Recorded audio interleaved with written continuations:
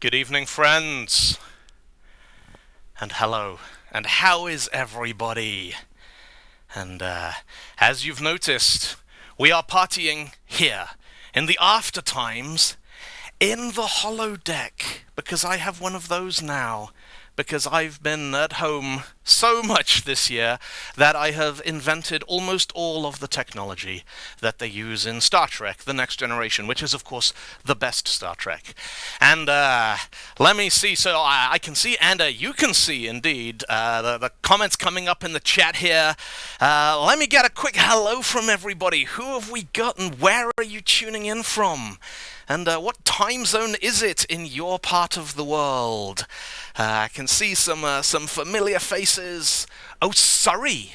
We have people on from Surrey, everybody. That is how exotic it's got. Yes, welcome, everybody, to what I was going to say is the weirdest party I've ever thrown in my life. But let's face it, this anybody who knew me at university in Southampton, this probably isn't even the top 5. Anything getting blown up tonight will be exploded in a purely fictional basis. But yeah, welcome. And I thought, everyone's stuck at home, and we got folks who are, in various lockdowns and levels and tiers and quarantines and all kinds of things going on. And sunny Clapham Junction. Dude, Clapham Junction hasn't been sunny for like 4 hours. Is the latency on the stream really that bad already? We've got folks on from Canada. We got a hi from Rory. I don't know if that's Rory or Rory. Is Rory a place or is Rory a person? Because I know several Rorys, and I think I've seen some of them on maps. But anyway, yeah. Welcome. This is gonna be fun. It's something a little bit experimental. Something, as you can tell, it's not really something that I've spent a lot of my life doing. You can see we got the chat in here. So this is where you make small talk and you mingle. If you need to go and hang out in the kitchen with the cool people, you have a kitchen, go hang out in it, We're gonna party like it's not 2020, and we're gonna have some fun. We're gonna stream some festivities, and of course, the wonderful thing is, because we are in the future here, we have holodeck technology. And I, using the amazing power of the holodeck, can summon up just about... the chat is on screen on the left side of the screen. Yes, it is. The chat is on screen because we're live right now on YouTube and Twitch and Facebook. And I think we're on VKontakte, which is the Russian Facebook as well. Certainly, I've ticked a button saying do that, but I don't know if we got anyone watching on VK. And yeah, so I got the chat on screen because I'm talking to people, and you're chatting to me, and I'm chatting to you, and it's nice when the YouTube people can see what the Twitch people said, so they know what I'm talking about. So it's Nephew Rory. Oh, it's 83D Beat. Hello, Nephew Rory. Your typing has improved enormously. So let's summon up something a little more festive, because thanks to the wonder of the holodeck technology, boom, look at that. I've got my lovely festive living room here. We've got a fire burning there in the hearth. It's looking a little bare in here, actually. Let me see if I can summon up. What else have we got in here? You think we can get a chair in here, please? Oh, look at that. That's beautiful. Let's take a look at that. I'm gonna come here and sit down by my festive fire and realize the flaw. The one thing that has not been tested in this entire hologrammatic configuration that we've got right here is the length of the extension cable on my headphones. So, while you talk amongst yourselves, cheers, by the way. Happy Christmas, everybody. I need to dig out one more wire. We're using something like 150 million, billion, bajillion feet of cable to make this concert possible. And it's not quite long enough. We need about another 6 feet on the end of it. And somewhere here I have the one cable that I need, which is in with all the other cables. Does anyone else have like a stash of cables in their house somewhere that is just like hundreds of thousands of millions of feet of wires with all kinds of things on the end? I should have checked this earlier, but I was busy doing interesting things. It wouldn't be a proper party if everything went smoothly first time. Like, I didn't want to give the impression of being capable or competent at any point here. I may need to call for my ground crew, because I think there is one of the particular kind of cables that I require downstairs in my house, behind the bench that used to have the television on it. Yeah, at some point I cleaned out the electronics graveyard. Yeah. Let's have a look. What do we got here? For those of you who've just tuned in, welcome. You've hit the first technical snag of the evening. This is proving interestingly vexatious. You know the way when you need a particular cable? This is what I need. There we go. The road crew here is excellent, by the way. And watching from downstairs and on hand to leap in case of any problems or interruptions or anything. So let me just reconfigure this. There we go.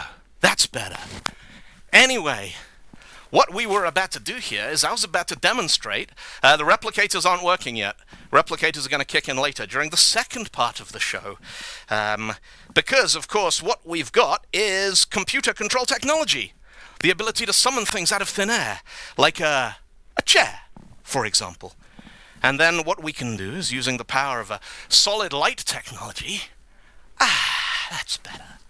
I need to put my computer... Could we get a table in here, do you think? Would that be possible?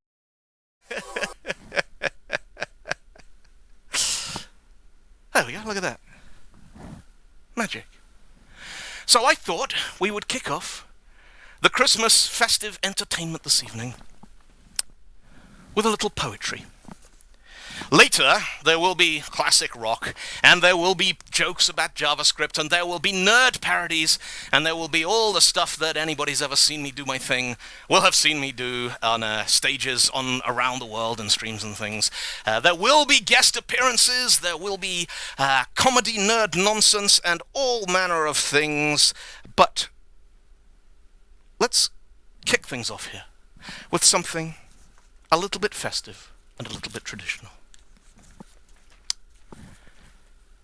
It was the night before Christmas, and all through the flat, not a creature was stirring except for the cat.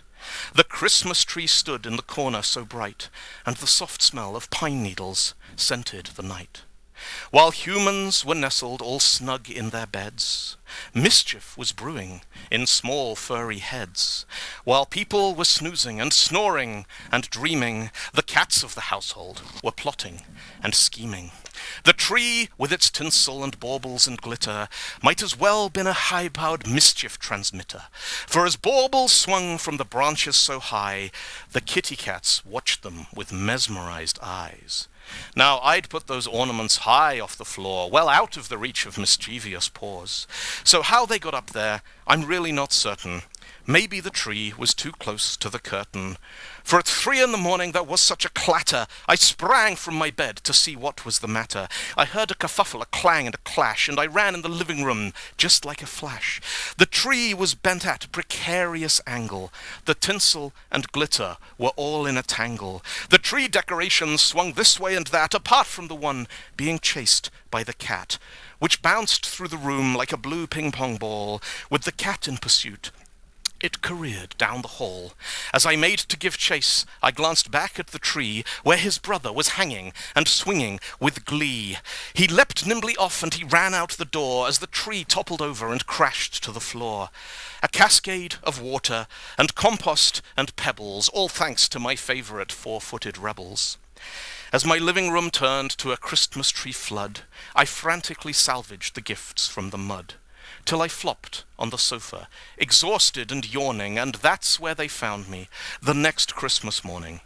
Asleep on the sofa, surrounded by chaos, clutching a damp copy of Amadeus, with 2 little cats curled up there next to me, looking as blameless can be. So this time next year, be sure and be certain to not put your Christmas tree next to the curtain. And me and the cats, we would just like to say, Merry Christmas to all. Have a wonderful day.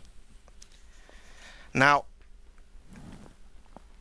the Holodeck technology that we're using to bring this festivity to all of you today, of course.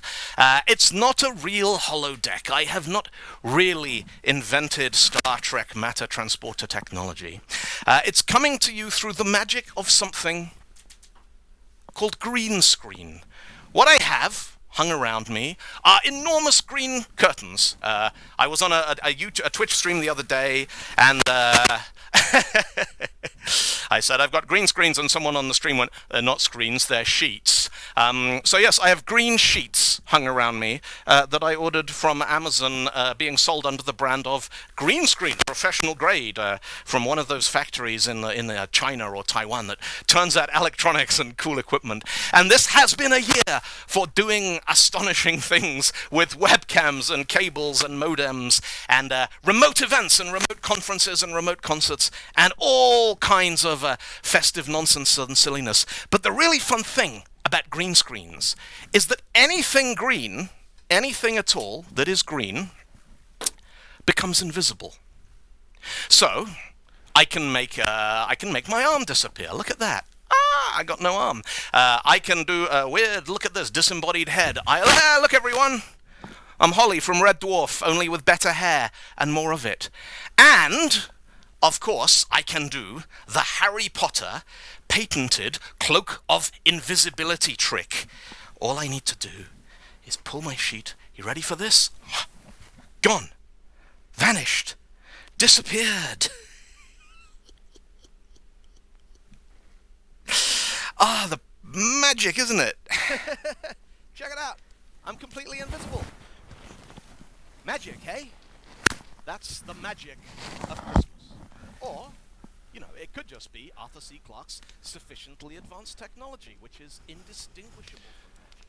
But Christmas is a magical time of year, and that the magic of Christmas has inspired countless authors and composers and filmmakers to create all the books and the songs and the movies that are part of our traditional festive celebrations, you know? And for the next part of the show tonight, I want to celebrate some of those traditions. And I'm going to do that in the form of what I believe the young people call a mashup. Now, some of you know my friends, the Meme Punks. They're a band who do mashups, and they do mashups brilliantly. Go and check them out. They have a song called Magic Safety Dance, which is the magic dance from Labyrinth and the safety dance by Men Without Hats kind of mashed up, and it's on YouTube. Check that out after the show. Don't go away. Go and take a look at that because it's brilliant, and it's hilarious, and it's inspired. But when it comes to, you know, Christmas and traditional stuff, I'm a little bit old school, you know. And so when it came to putting together a Christmas mashup, I thought, what would be a fun thing to do? And I thought, you know, why not mash up Vaughan Williams, the composer, with Charles Dickens, the author, who he wrote The Muppets Christmas Carol and some other books that you may have known about. And so I'd like to share that with you all now. I've prepared a little festive Christmas mashup, Vaughan Williams and Charles Dickens, and it goes a little something like this. In London town one Christmas Eve so many years ago, where frost lay thick upon the ground and streets were white with snow, old Ebenezer was at home and on his way to bed, when Jacob Marley paid a call despite being 7 years dead. Old Ebenezer was a clutching, covetous old sinner. He had no time for charity or joy or Christmas dinner. He lived alone and miserable, his heart as cold as slate. And Marley had returned to earth to warn him of his fate. So Marley in his chains warned Scrooge this chance would be his last. Then came a figure.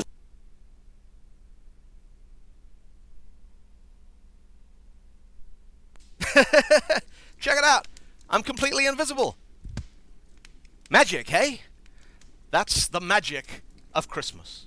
Or You know, it could just be Arthur C. Clarke's sufficiently advanced technology, which is indistinguishable from magic. But Christmas is a magical time of year, and that the magic of Christmas has inspired countless authors and composers and filmmakers to create all the books and the songs and the movies that are part of our traditional festive celebrations, you know? And for the next part of the show tonight, I want to celebrate some of those traditions, and I'm going to do that in the form of what I believe the young people call a mashup. Now, some of you know my friends, the Meme Punks. They're a band who do mashups, and they do mashups brilliantly. Go and check them out. They have a song called Magic Safety Dance, which is the magic dance from Labyrinth and the safety dance by Men Without Hats kind of mashed up, and it's on YouTube. Check that out after the show. Don't go away. Go and take a look at that because it's brilliant, and it's hilarious, and it's inspired. But when it comes to, you know, Christmas and traditional stuff, I'm a little bit old school, you know.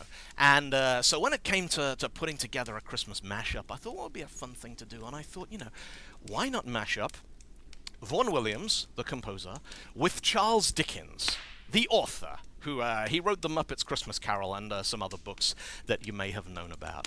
And so I'd like to share that with you all now. I've prepared a little festive Christmas mashup, Vaughan Williams and Charles Dickens, and it goes a little something like this. In London town one Christmas Eve so many years ago, where frost lay thick upon the ground and streets were white with snow, old Ebenezer was at home and on his way to bed, when Jacob Marley paid a call despite being 7 years dead. Old Ebenezer was a clutching, covetous old sinner. He had no time for charity or joy or Christmas dinner. He lived alone and miserable, his heart as cold as slate.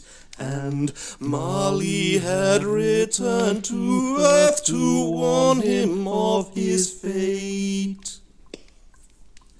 So Marley in his chains warned Scrooge this chance would be his last. Then came a figure dressed in white, the ghost of Christmas past, who showed him scenes of days gone by when Scrooge was just a boy, before his heart had turned to stone and life had lost its joy. Then came a giant dressed in green, his hair a jolly brown, the ghost of Christmas present with his torch and holly crown. And Scrooge was shown the hopes and fears of those both rich and poor, and faced with newfound Christmas cheer, his heart began to thaw. The clock struck 12, the ghost was gone, and Scrooge was left alone. Then darkness crawled like creeping mist across the frozen stone. A spectral hand reached out toward him. Scrooge found he was dumb, enthralled, engrossed, enraptured by the ghost of Christmas yet to come. For Scrooge did see on bended knee what would become of him. The Cratchits mourned the tragic death of poor young Tiny Tim, while Scrooge's passing went unmourned, as loveless as his days, and he resolved the time had come to change his miser's ways. So Scrooge awoke on Christmas Day with goodness in his heart, with family and friends to see, and that was just the start. For joy and laughter ever after were his daily bread. His own heart laughed, and that was quite enough for him, he said. So Merry Christmas one and all, and joy and festive cheer, and may they stay through New Year's Day and all the coming year. Remember Ebenezer Scrooge, for 'tis his tale we tell, and it was always said of him that he kept Christmas well.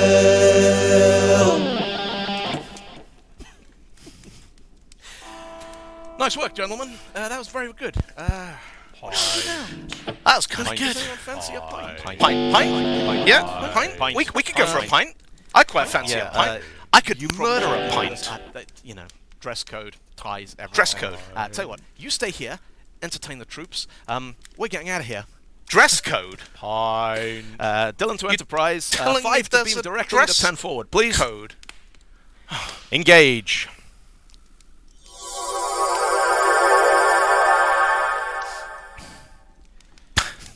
Well, that was rude. That's the bloody problem with officers. You know the really annoying thing? Dress code. I own 5 tuxedos. Could I find any of them this afternoon when I went to get dressed? Could I? Hell. Bloody officers. Anyway, while they're swanning around having their pint in 10 forward, bloody 5-part close choral harmony, what do they think this is? Christmas or something?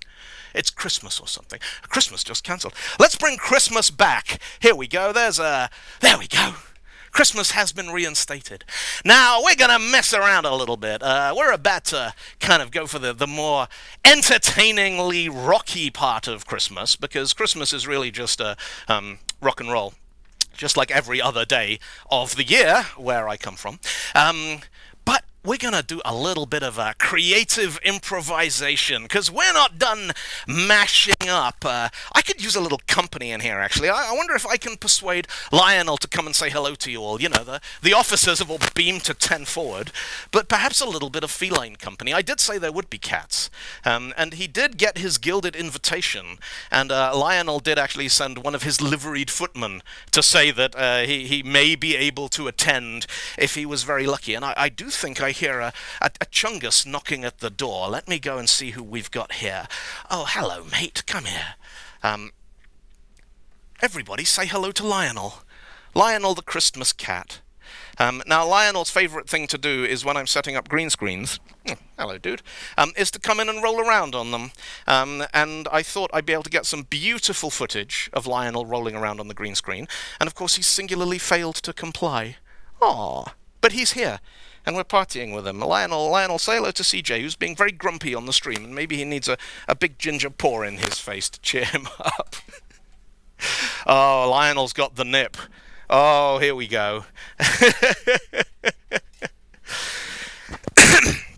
So Lionel's just going to hang out here and get completely mashed off his face on drugs, which you can't see because let me move him back here so you can see him. Come on, Lionel.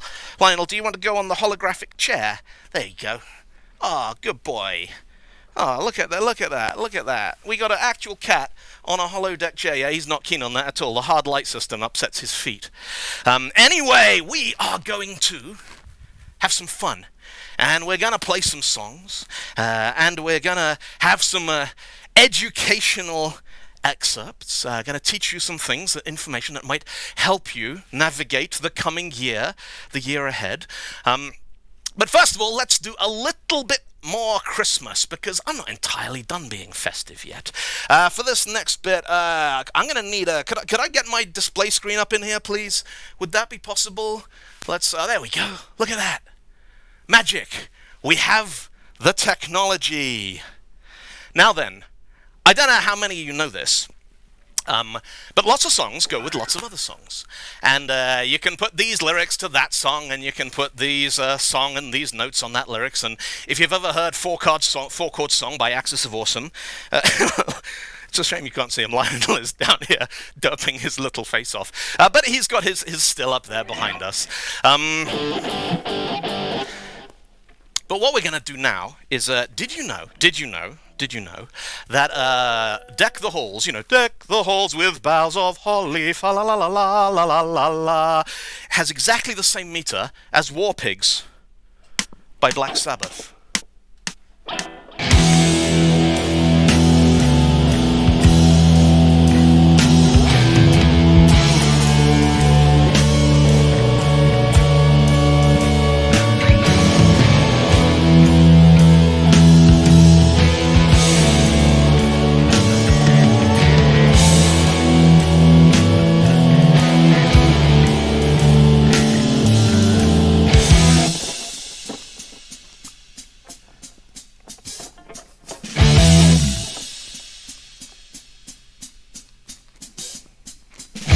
Deck the halls with boughs of holly. 'Tis the season to be jolly. Fill the mead cup, drain the barrel. Troll the ancient Yuletide carol. See the flowing bowl before us. Wake the harp and join the chorus. Follow me in merry measure while I tell of Yuletide treasure. Oh yeah!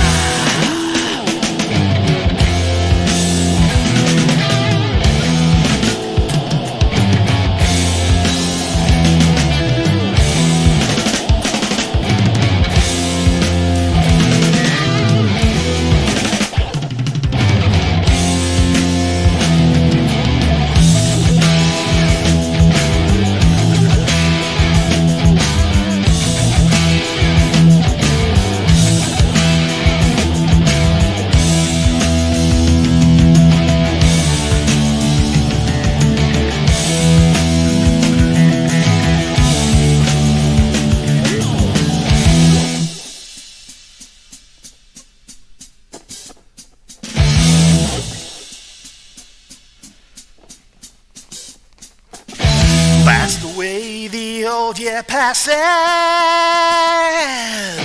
Hail the new ye lads and lasses. Laughing, quaffing all together. Heedless of the wind and weather. Deck the halls with boughs of holly. 'Tis the season to be jolly. Fill the mead cup, drain the barrel. Troll the ancient Yuletide carol.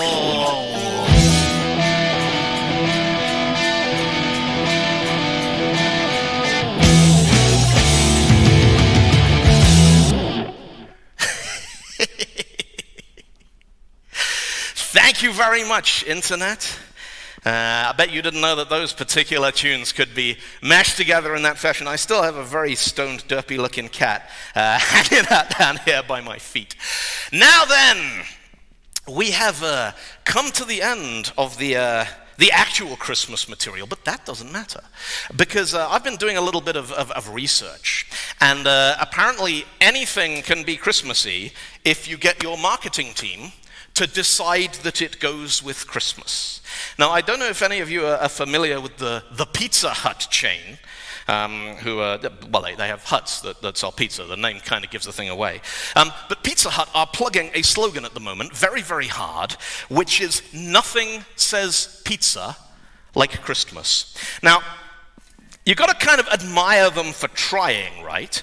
But I can think of lots of things that say pizza like Christmas. Like if imagine you got a focus group together and you got a couple of dozen people in a room. Nothing says Christmas like pizza. Thank you. I'm juggling a lot of things here and I don't have very many brain cells left. after the last 200 days of sitting around at home writing JavaScript and wondering when we can go back outside. Yes, nothing says Christmas like pizza. And I suspect if you got a whole bunch of people together and you put them in one of those focus group things, and you're like, right, we're going to think of things that say Christmas to us. And you'd be like, oh, well, songs and snow and Santa and all this kind of stuff. But at some point, does nothing says Christmas like JavaScript? At some point, eventually, somebody might say, well, I guess maybe pizza says Christmas if it means we get to go home and stop being in the focus group, which would be nice. But in Japan, this actually worked.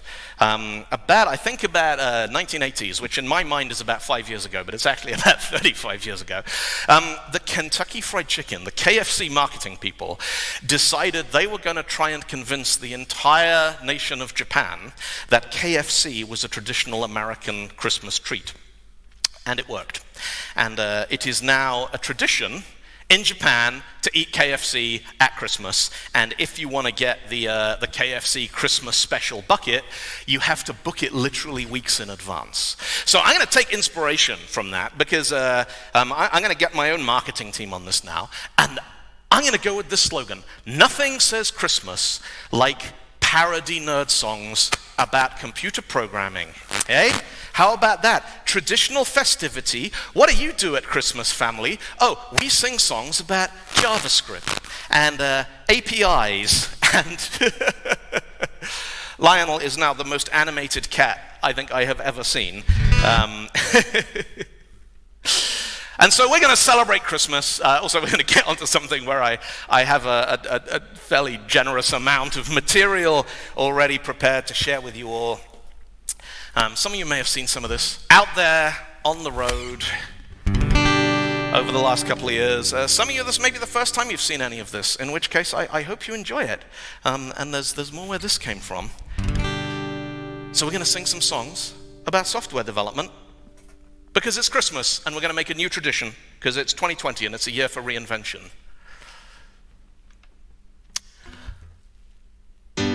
Long time ago, I wrote in assembler.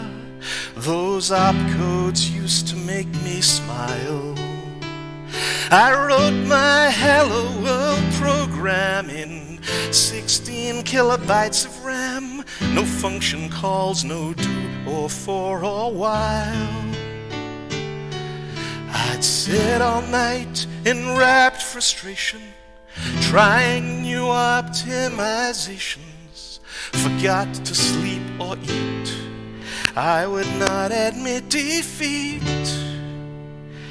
Every change caused more confusion. Surrounded by my own delusion, I finally came to a conclusion. I'd do a big rewrite. It's high time we reviewed our design. The code behind our system is just 2 bytes at a time. We'll rewrite all the legacy and take it offline. It's gonna compile first time. It's gonna compile first time. Did you have a BBC or a Commodore or a Big 20? 8 bits wide and slow as hell. Or did you start out on a Unix C, a VMS or a BDP? Your own account with email and a shell. Well, it's not like anyone really cares. We all got started out somewhere. A key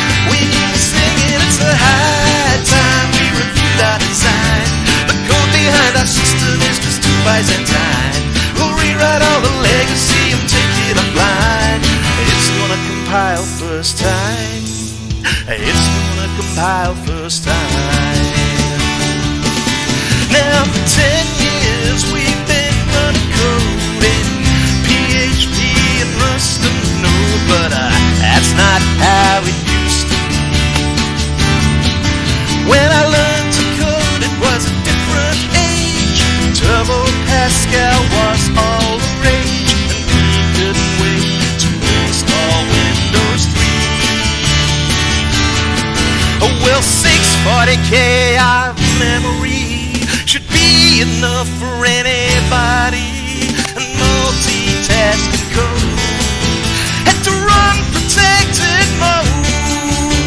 You work with your Bible by your side, Peter Norton's MS-DOS guide, but you already worked out deep inside you the big rewrite. And we were singing, it's a high time we reviewed our design. The code behind our system is just 2 bytes at a time. We'll rewrite all the legacy and take it offline. It's gonna compile first time. It's gonna compile first time. Dial-up modem straining to upload and spitting out sites as fast as we could code. And chef price high and rising fast, waiting on a big IPO. Gonna be millionaires, don't you know? I guess it was all just good to last. Well, we thought the web was the promised land, coded our HTML by hand, but when we put it live, it didn't work in IE5. We started to feel that we were cursed. The dot-com bubble finally burst, and then things went from bad to worse. We did the big rewrite. We were singing, it's a high time we reviewed our design. The code behind our system is just 2 bytes at a time. We'll rewrite all the legacy and take it offline.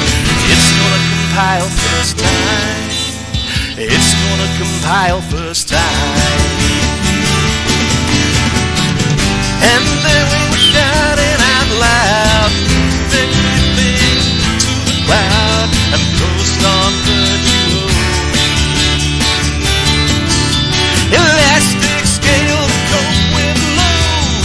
Infrastructure built on code, though no one's sure what DevOps really means.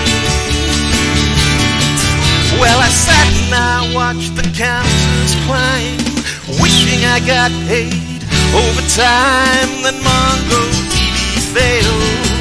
I guess it wasn't quite web scale. What was the whole availability zone? I couldn't get tech support on the phone. That's the point when I wish I had known they had done a big rewrite. And we were singing, it's a high time we reviewed our design. The code behind our system is just 2 bytes at a time. We'll rewrite all the legacy and take it offline. It's gonna compile first time.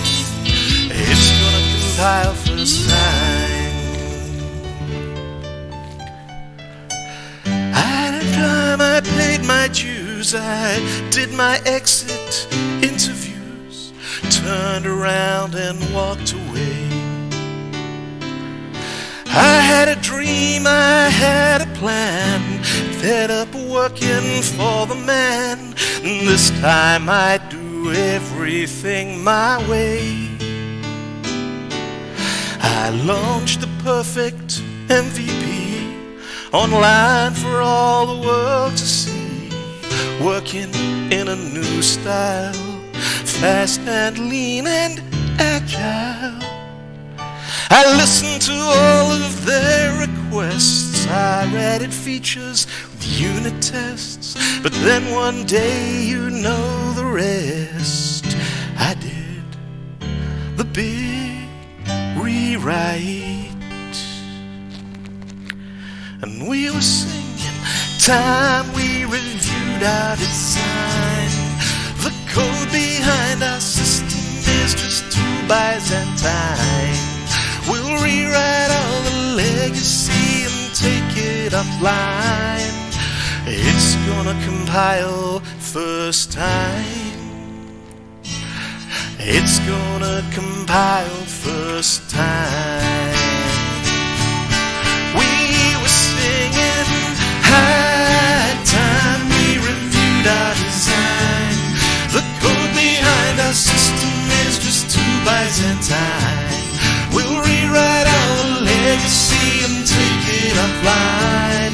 and it's gonna compile first time.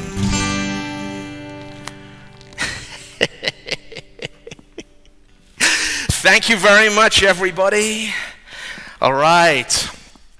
It's time to introduce some of our musical guests. Now, the butler doesn't like it when I have company here in the festive Christmas drawing room. So we're just going to say a little farewell to the log fire and the tree. I'd like all of you to join me. We're going to go through into the back to my actual stage I have. Oh, there we go. That's nice. Because the sound system in here is much better, and the acoustics are better, and the bar is better. Speaking of the bar, actually, cheers, everybody. Happy Christmas. And welcome. I hope you're all having a good time, and it's nice to see you all out there. Now, for this next number, I'd like to welcome a socially distanced friend of mine is going to be joining us on this one. We're going to get him in live by satellite, all the way from Oslo in Norway.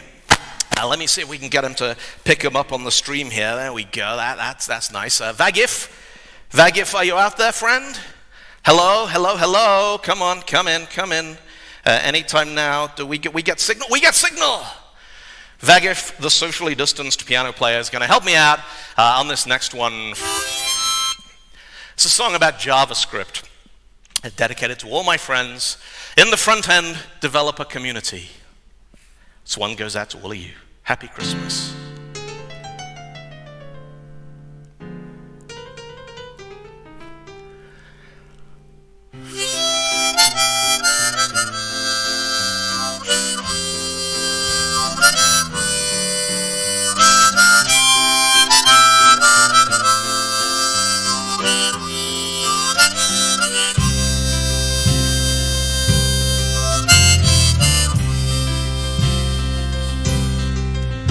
It's 9 o'clock on a Saturday. You should be out having fun, but there's one bug left in your backlog, and you're not going out till it's done.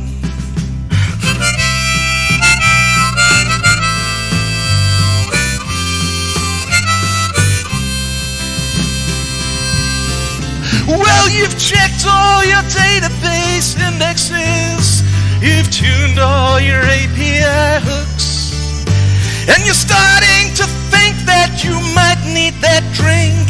There's only one place left to look. Oh, la-da-da-dee-da, la-da-da-dee-da-da-dum.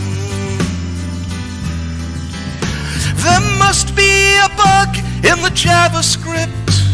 The bug's in the JavaScript app, 'cause everything else was built properly, but the front end's a pile of crap.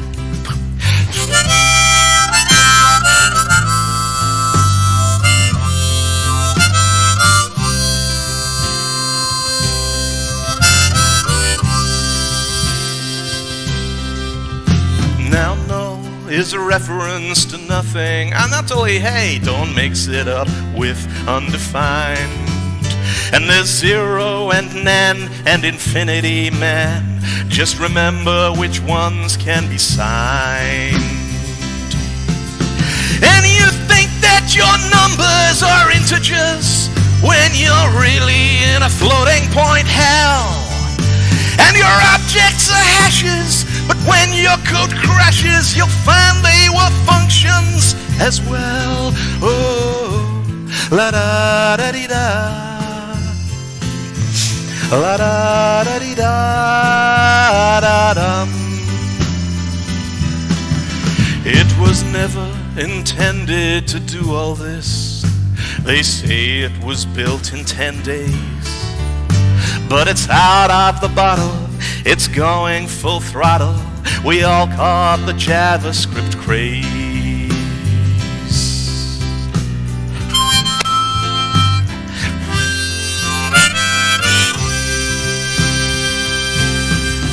Now they use it for code that runs everywhere, from the cloud to your mobile phone. And we're sharing a string padding library, 'cause it's better than writing our own. Vagif!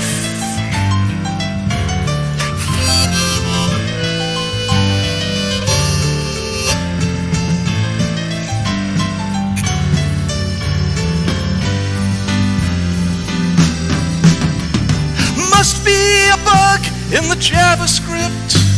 The bug's in the JavaScript app, 'cause everything else was built properly, but the front end's a pile of crap.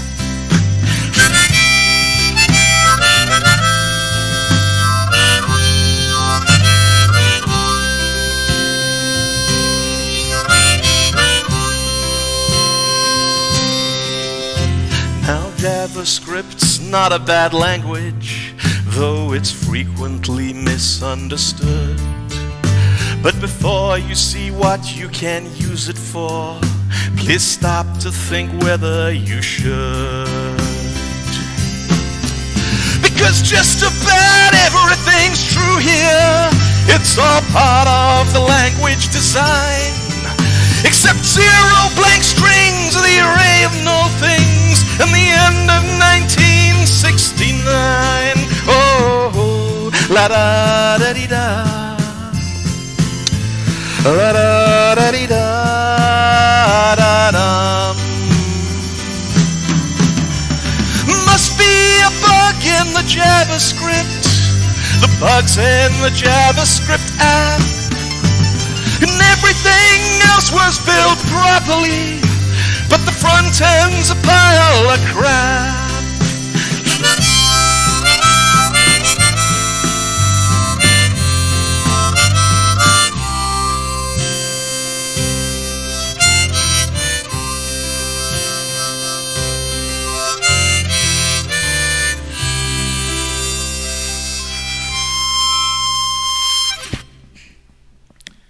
Thank you, Vagif. Sterling work, my friend. See you soon, I hope. And thank you, everybody out there. Hey, Randy. Hey, Danny. Hey, Chris. Hey, Sean. Hey, CJ. Hey, Catatoon. Welcome to the party, friends. Oh, hey, Red. You like your meme punks shout out that you got twice there.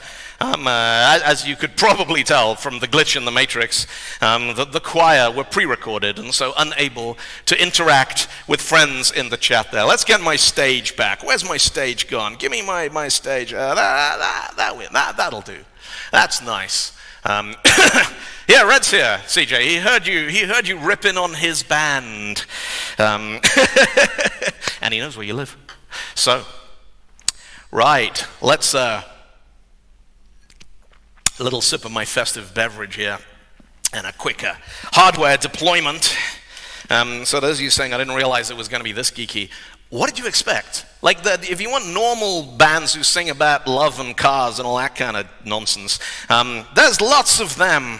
But anybody who says, the joke is telling a programmer there's already a framework to do something is like telling a songwriter there's already a song about love. But it's more fun writing songs about frameworks and stuff, right? Okay, let me just see if we can I got another guest standing by to join us for this next one, which we should be able to get him on the line any second here. Just let me figure out a couple of bits of hardware here. They say that the success of a concert is directly proportional to the number of miles of cable involved. And considering we've probably got probably a couple of 100,000 miles of cable, maybe tens of thousands. There's about 150,000 miles of cable in the world. Fig Guy says, I'm trying to compile your songs. Are any written in Rockstar? Oh, you wait, friend. Just you wait. There is Rockstar coming. There is Rockstar coming up in the set tonight. So let's just get a nice noise on here. There we go. That one that ought to do. Yeah, that'll work. Right, so let's see if we can I should be able at this point to get my good friend Mark Rendell up on the call here. Let's see if we can get him in here. Mark, where are you, friend? Come in. Earth calling Mark Rendell. Mark, are you there? Mark, you're spinning. Mark, stop it. Hello! Oh, cool. Hey, Dylan, how's it going? Yeah, pretty good, mate. How are you? You're in Bedford Falls. Nice. So, yeah, we're doing a show. We're doing a live party show. You said we couldn't do live music in 2020. I figured it out. I figured out how to do it. The secret, time travel. What's that? So, no, we can't do that either. we can do time travel. We just can't do it backwards. But we can travel forwards at a rate of 1 day per day. So we're going to do this yesterday. And then we're going to send it forwards in time by leaving it on a hard drive overnight. Okay. You up for that? Because, it would be nice if we could do real-time travel and solve the whole, Right. latency faster than light problem. Yeah? But we haven't figured that part out yet. Sounds good. Is this like... Have you got one of those new M1 Macs or something? I haven't got one of the new N1 Max yet, but because yeah, they've got the time travel chip, haven't they? They got the time travel chip on the motherboard that lets you travel through time. But apparently because it's got like the time travel unit built into the system on a chip. That's what I said, yeah. But I yeah. will be getting one because I'm a complete sucker when it comes to Apple hardware because it's shiny. And when I see it, something happens to my wallet. And then I just end up with things in my house. Funnily enough, we have a song about that. We do have a song about that. Should we play it for all the good folks Let's watching do along that. at home? All right. In your own time, Mr. All Randall. right, here we go.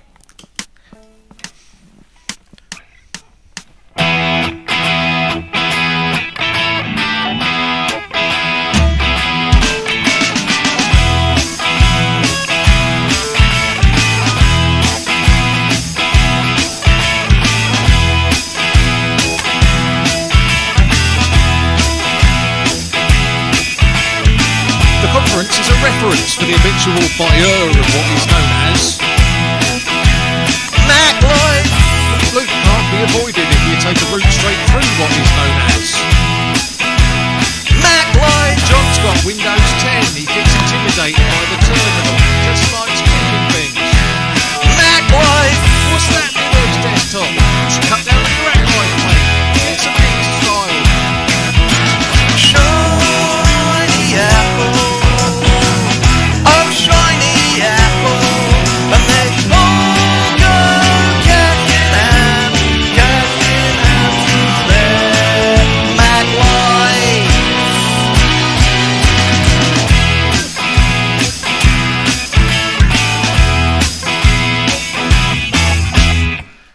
I reboot when I want, except at weekends when iTunes regularly crashes with the beach ball.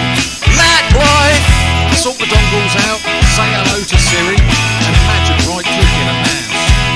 Mac Lloyd. iPhones, I sometimes keep my iPads too. It gives me a sense of enormous well-being. Mac Lloyd. And then I'm happy for the rest of my life, safe in the knowledge there will always be a drawer in my house devoted to them. Shiny apple. I'm shiny apple.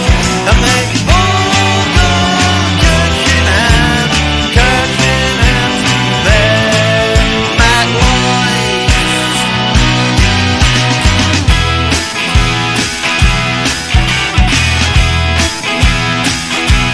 Mac Lloyd.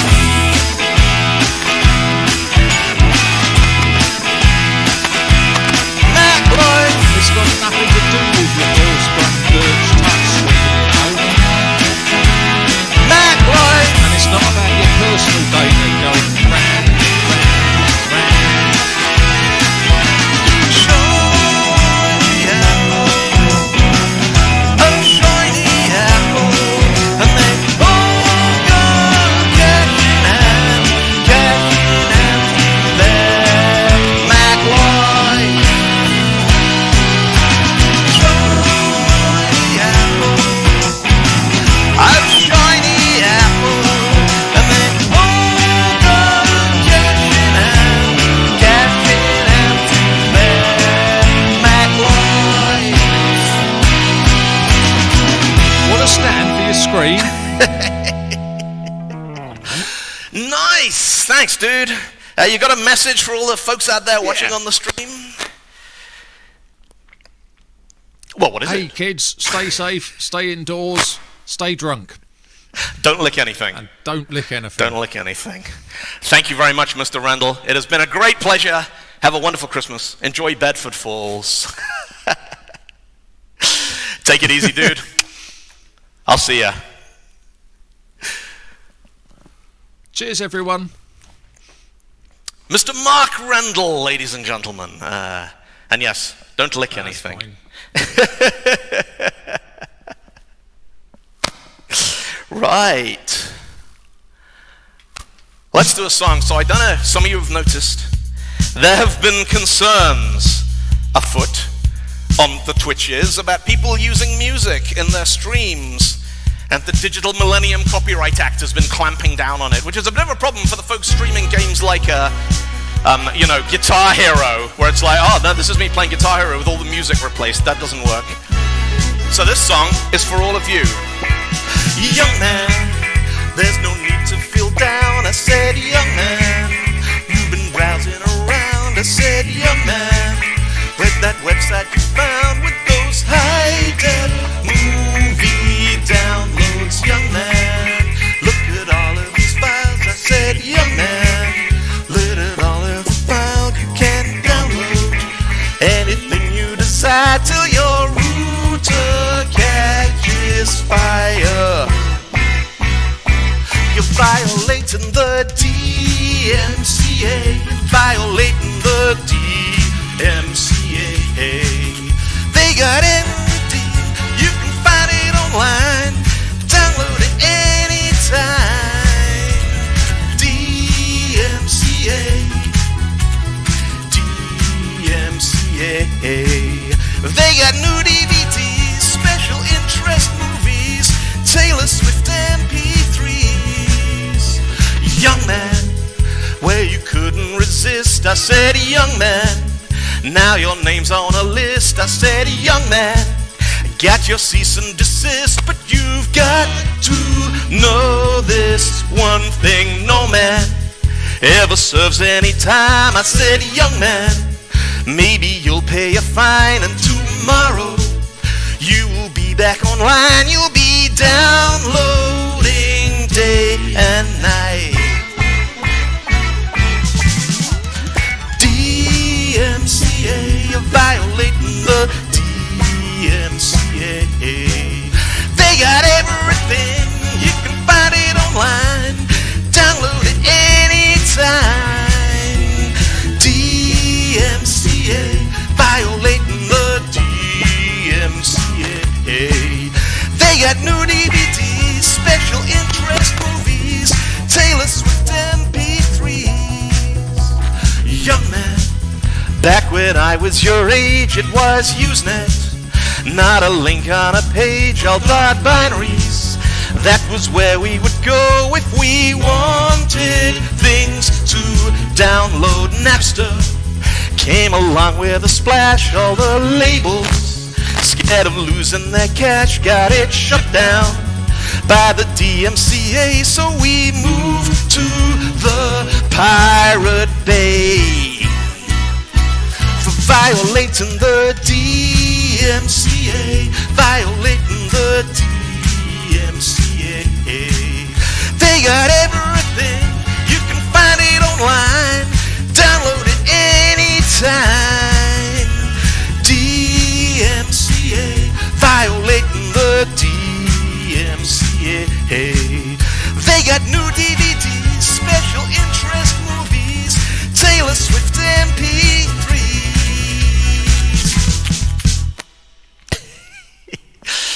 Thank you. So, yeah, we're going to be sharing some advice tonight.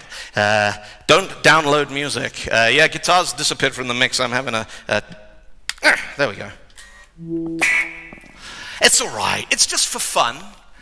So, no, the cat Lionel has ventured somewhere. He's no longer hanging around enjoying his party catnip here. Now, this is not just an evening of entertainment, you understand, friends. There is education here as well, because I know we got a lot of folks out there watching on the stream who are, on their working their way through the the wonderful world of becoming an information technologist, programmer, software developer, nerds, people who nerd things for a living. And there's a lot of us about, and it's a wonderful career. I love being a professional nerd. But there's various different kinds of things that you can end up doing. Some people go into startups, and some people go into they work in local companies, and some of them do cross-functional mobile application development. And some people find themselves working in the enterprise. And so for all of you out there now, I'd like to share with you some career advice. You've had your fun hacking PHP to pay your way through the Starfleet Academy. Now you are an enterprise developer, and so I'm going to tell all of you today how to succeed in the enterprise. Now, the first thing you ought to realize about the enterprise is all of the hardware that we have here is proprietary. Maybe you've used Windows, Linux, Mac OS. Everything here is proprietary. A system called LCARS, weird touchscreens. Now, we do have iPads. We're not savages, but you'll get used to passing the iPads from hand to hand because you're not allowed to connect them to the company Wi-Fi because of information security reasons. Now, just remember the drinks machines here all work on reverse Polish notation. You want to order a drink? It's tea Earl Grey hot. Hot Earl Grey tea? Let's meet the crew. The guy at the top, number one, the leader. He's a bald white man, wears the same clothes every day. Crew, these are the wrong slides. Could we please fix this? Could we get the right slides in here, please? Thank you. There we go. A bald white guy wears the same clothes every day. Now, he's good. He's really good. He's the reason why a lot of us are here. But you got to realize, stay on the right side of him. If you find yourself getting the single facepalm cadet, I may be able to help you. If you find yourself getting the double facepalm cadet, you're on your own. Then there's number one, this guy, the head of product. They call him number one because he's a lanky streak of piss. And the first time you meet him, you'll think, this guy's really sleazy. And you will be right. He is really, really sleazy. Now, he's the product owner. He's been out there, and he's worked with customers. He knows what gets them excited. But you have to remember, this is a guy whose career hinges on being an expert in product development and usability. But you watch him for a little while, you're like, this guy doesn't even know how to use a chair properly. Now, you want to work up here in the enterprise, you're going to work with data. And we got all kinds of data, corporate data, internal data, replicated data, historical data. We even have intimate, personal data. And the first thing you're going to discover, you want to do anything with data, you're going to have to clear that with this guy, the head of information security. Because as far as InfoSec is concerned, data is a spectacular pain in the ass. Now, you are going to get to meet all these folks on our corporate away days where we all put on daft costumes and we go out and we have a day of mandatory fun. Actually, one day it was really quite fun. We told everyone the dress code was Robin Hood and his merry men, except we told the head of InfoSec that the dress code was Michael Jackson's Thriller. Oh, that was brilliant. Anyway, cadets, time for your big lesson. Time for the ultimate rule of working in the enterprise. Never have a good idea. A couple of years ago, a cadet like yourselves, he had a good idea. It was bold. It was audacious. He proposed refactoring the entire code base to separate the front end and the back end sections of our main application. And you know what? They actually did it. I was there the day that it went live. The front end and the back end, they were decoupled. It was spectacular. And you know what happened immediately after that is everyone working on the back end went, well, screw this. We don't want to stick around and work on this thing anymore. And they turned tail, they cashed in their options, and they fled. And you know what happens, cadets, to the front-end application when the back end has quit? You have never seen an application crash like this. At one point, the head of product intervened in the deployment process manually. Cadets, when you see the head of product getting hands-on, it is time to dump your stock options and run. Now that's when our cadet made his second and greatest mistake. He spoke to legal. At first, it's just a meeting. One of our people and one of their people. And our people brought in some more of our people. And their people brought in some more of their people. We had data to back us up. Turned out, legal have data of their own. We didn't see that one coming. Now, our cadet realized he might be in a spot of hot water because he realized that when it came to the power of the legal department, the Enterprise is nothing. He took this all the way to the top. He took it to the chief, took it to the captain, and that was the day that he realized that when it comes to the awesome power of the legal department, it does not matter if you are a cadet or you are the chief executive officer. Resistance is futile, cadets, and you will be assimilated. So I hope that's a useful career advice for all of you out there. And continuing with our festive Star Trek holodeck-themed Christmas extravaganza, I'd like to beam down some friends of mine to share a little something with you here.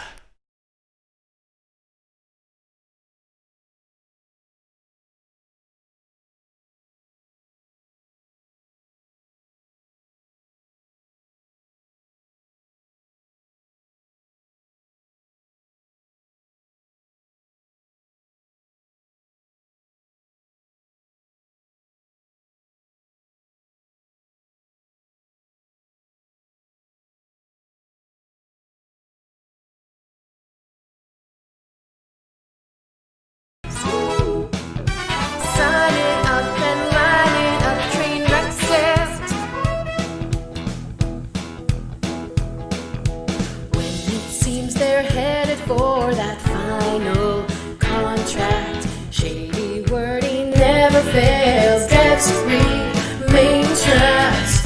The worst of messes they call successes. Texans, every day they're out there making Texans, signing up.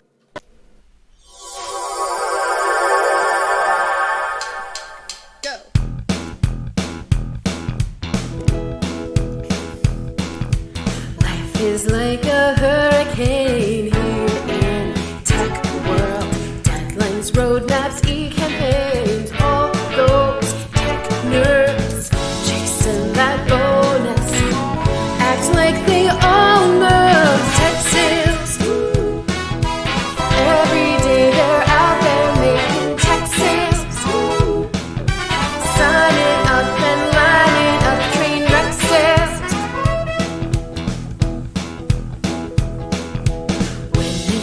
They're headed for that final contract. Shady wording never fails. Devs remain trapped. The worst of messes they call successes. Texans, every day they're out there making Texans, signing up and lining up train wreck sales. Commission, global markets, they're on a mission, hit those targets. That's the reason they got into tech sales.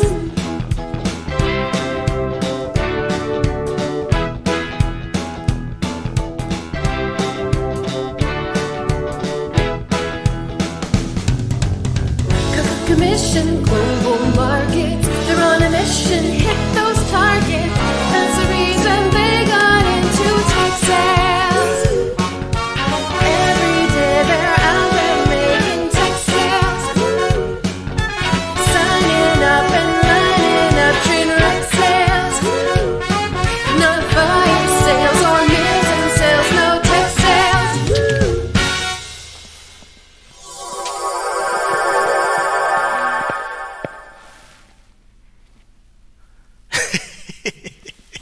Yeah.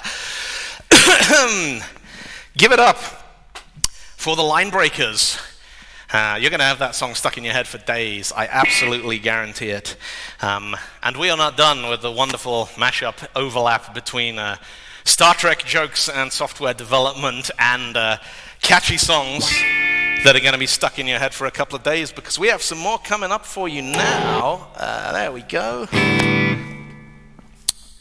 So, if you've followed all our advice and you find yourself working up there in the Enterprise, you may find you can relate to some of the bits and pieces that we're going to be sharing with you in this next piece of musical career advice.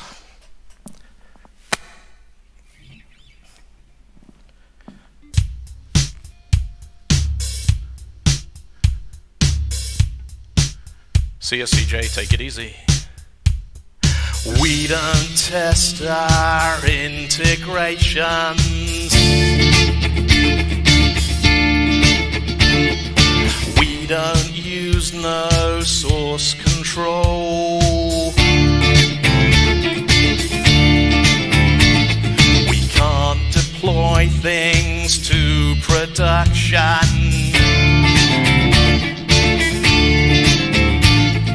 Check our email, then go home.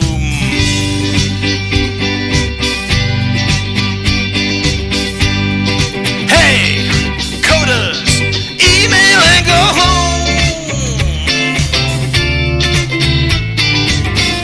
All in all, it's just an enterprise waterfall. All in all, it's just an enterprise waterfall.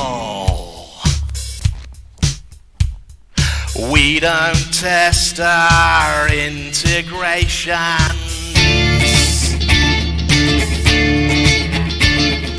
We don't use no source control.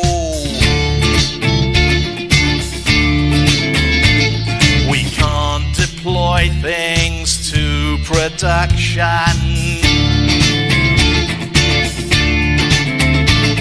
We check our email, then go home.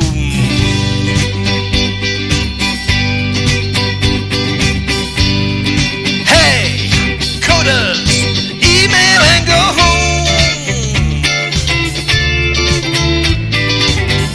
All in all, it's just an enterprise waterfall. All in all, it's just an enterprise waterfall.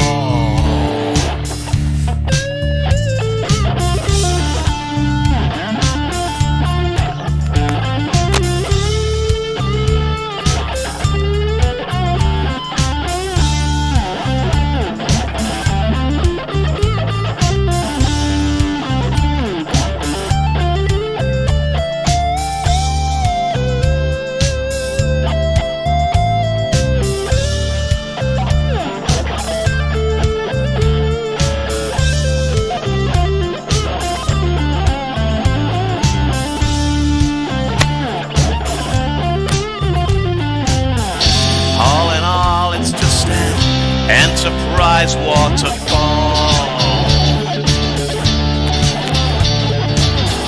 All in all, it's just an enterprise waterfall. Thank you very much, Internet.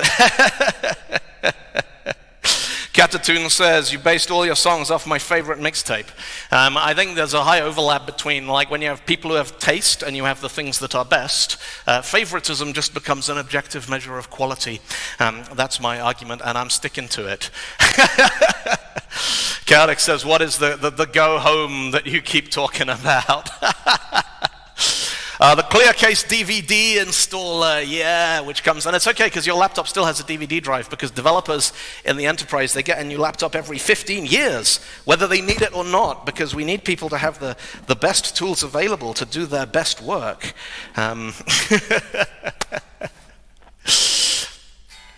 All right, I'm going to do another little something for you now. As I'm sure some of you know, first of all, I'm just going to wake up this camera here that you notice I switched to in that one and then realized that it was not behaving and not cooperating with us. Let's wake that up. There we go. That's nice. Because I got, this is a lot of absolutely first-rate, boggled-together technology has been put to work in setting up the stage setting. There we go. That's the face cam, that is. That's so I can look at all of you, and I can grin, and you can see me getting properly hot and sweaty, even though technically I'm just jumping around in my office at home playing the guitar. Let's do let's do some more music. So let's do this is the Christmas Software Developers Framework drinking song. If I ever use a framework that you've used, you've got to take a sip. If I use a framework that you wrote, you have to finish your drink and get another one. And if you find yourself wobbling like this towards the end of the entertainment tonight, that is that is normally a sign that maybe you have been developing too many frameworks and you might have a problem. And there are organizations that you can speak to who can help you. But this song goes out to all of you. And this is... There it is. I'm driving Winamp with a foot pedal, by the way. That's how seriously new school, old school the setup is going in here. Let's do the thing.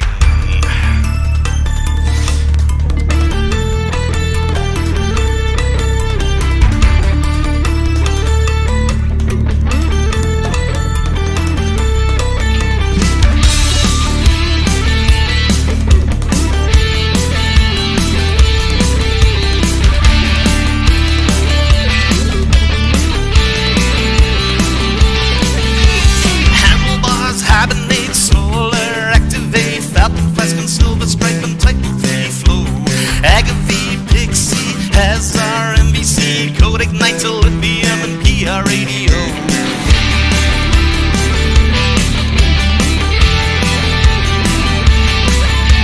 Raphael, Bobo, Bottle, Tornado, Django, Cherry Pie, WSGI, Glass Hammer, Whipspear, Red Bean, Turbo Gears, Albatross, Aquarium, Selenium, and Web Pie. We're gonna build a framework, 'cause we wanna use one, but don't wanna choose one.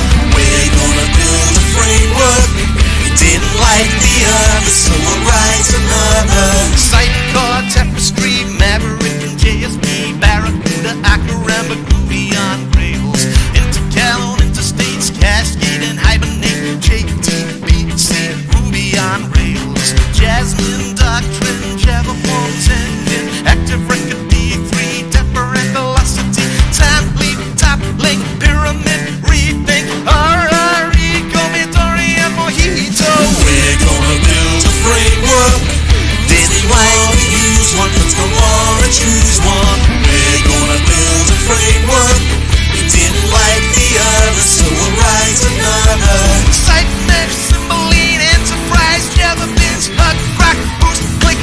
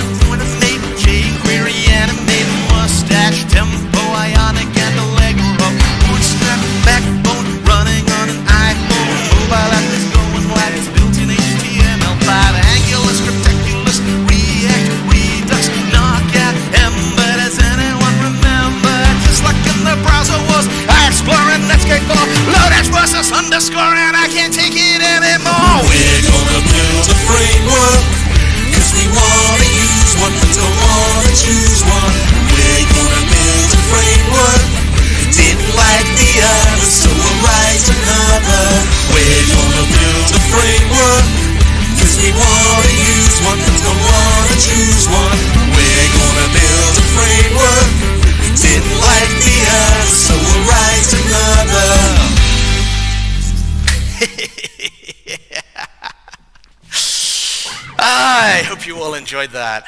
I just keeping an eye on the chat, on the little tally of the number of drinks that people have been having at my instigation. I probably shouldn't have to point this out, but if a face talking to you on your laptop screen or on YouTube tells you to drink, you should probably make your own decisions instead of taking every bit of advice you read on the internet as gospel.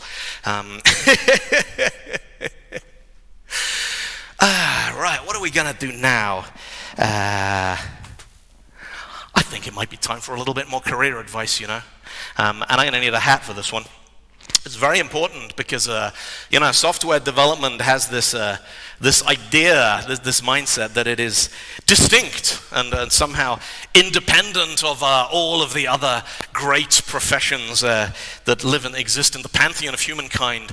But actually, sometimes software development is a little bit like medicine, and sometimes it's like aviation, and sometimes it's like, I got a much better hat incoming. Boom, there we go.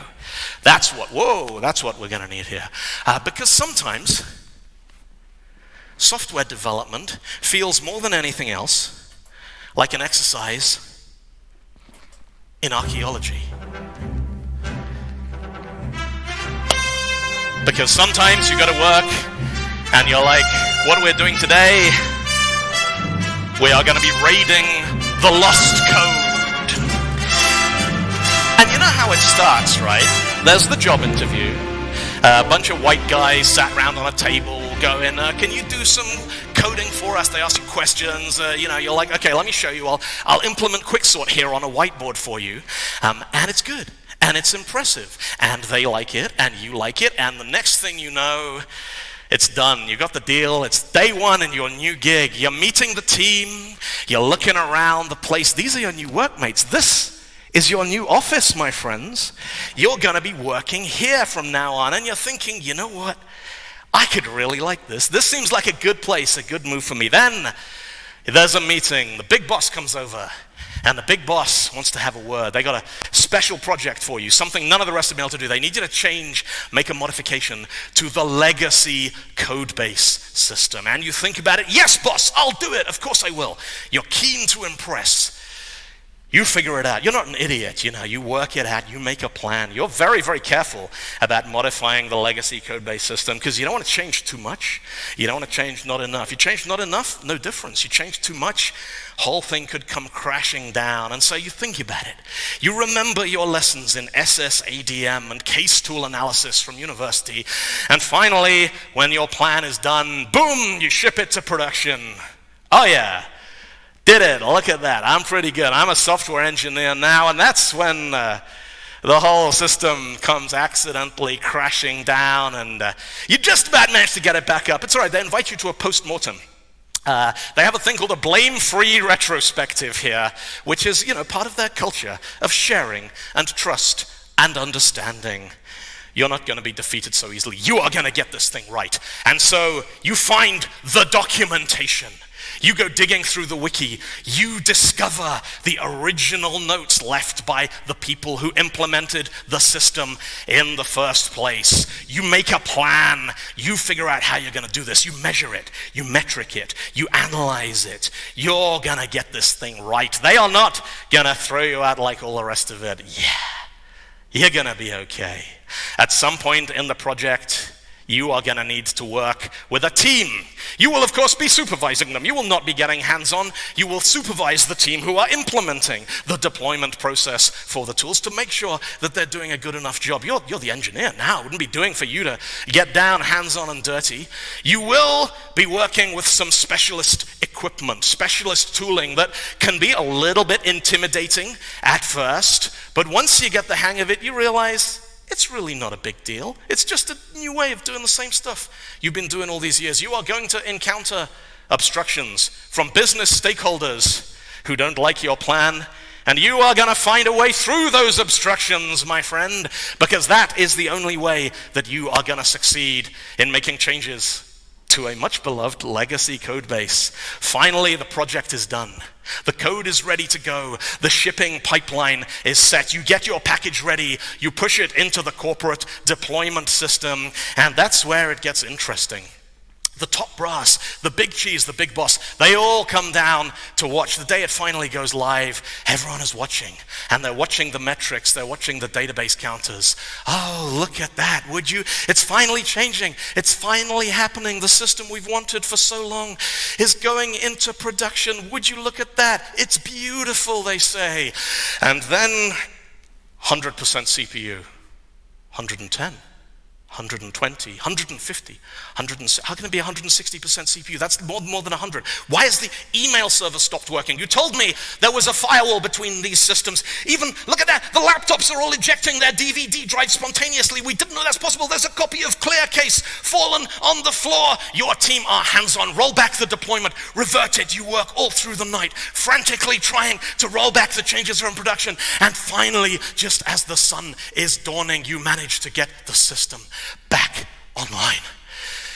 And you take your changes and you look at them and you review them and you put them in a branch on Git and you label it with a note saying experimental refactoring prototype branch, do not merge. You don't delete it, because nothing in revision control systems is ever deleted, my friends, because legacy code lasts forever. Cheers.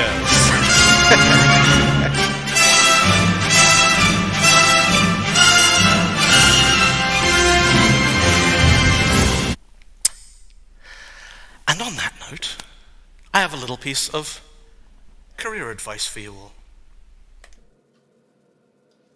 Ladies and gentlemen of the class of 17, use flat screens.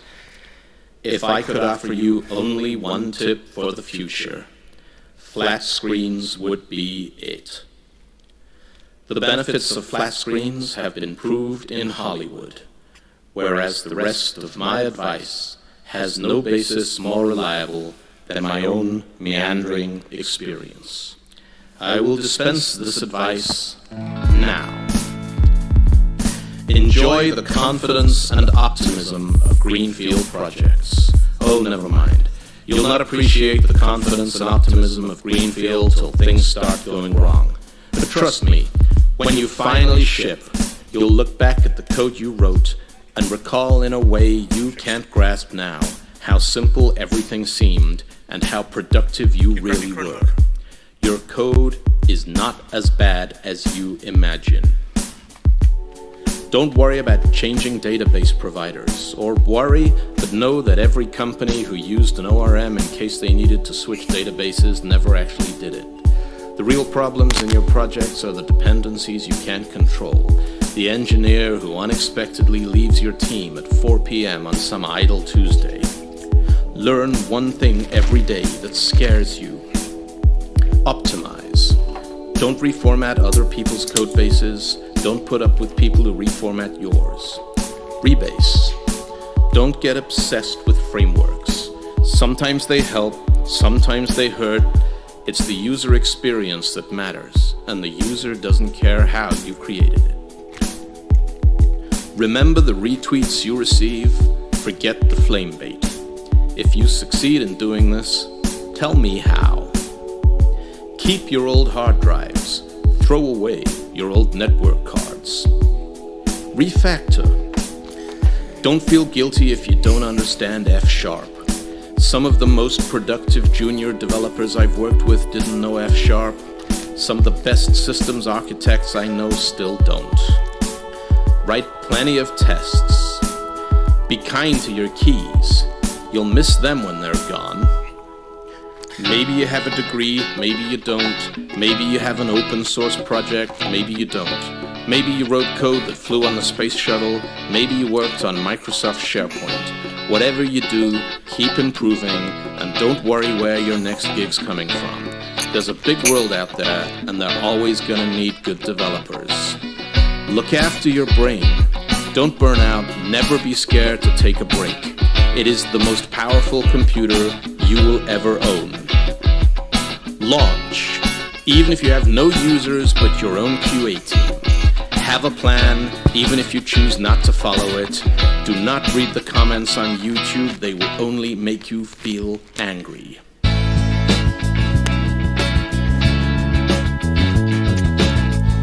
Cache your package dependencies. You never know when they'll be gone for good. Read your log files.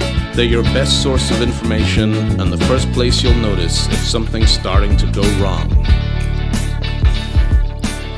Understand that languages come and go, and it's the underlying patterns that really matter. Work hard to fill the gaps in your knowledge, because the wiser you get, the more you'll regret the things you didn't know when you were young. Code in 8.6 assembler once, but stop before it makes you smug. Code in Visual Basic once, but stop before it makes you stupid. Read. Accept certain inalienable truths. Your code has bugs, you will miss your deadlines, and you too might end up in management. And when you do, you'll fantasize that back when you were a developer, code was bug-free, deadlines were met, and developers tuned their database indexes. Tune your database indexes. Don't deploy your code without testing it. Maybe you have a QA team, maybe you have integration tests. You never know when either one might miss something. Don't mess too much with your user interface, or by the time you ship, it will look like a karaoke booth. Be grateful for open source, but be careful whose code you run. Sharing code is noble, but there's more to it than taking bits of your project's folder, putting a README file on them, and hoping if you upload it to GitHub, someone else will come along and fix all your problems. But trust me, on the flat screens.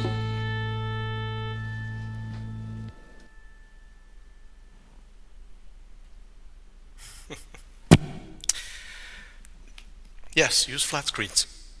The best career advice I can offer you. The only career advice that works regardless of what system you're working on, what kind of language. Someone said in chat, second reference to left pad. Yes, I believe that is the second reference to left pad in the entire show this evening. Not that there are any options. Well, what, you mean alternatives to flat screens? You can get cathode ray tubes on eBay, Sean. Come on, go with the program. You could probably even get, if you go down to the Museum of Computing, I say down, the Museum of Computing in Bletchley Park has a computer that uses a scanning raster display that it's not a raster display, it's a vector display. It actually uses an oscilloscope to draw the lines representing the thing that it's trying to pick up.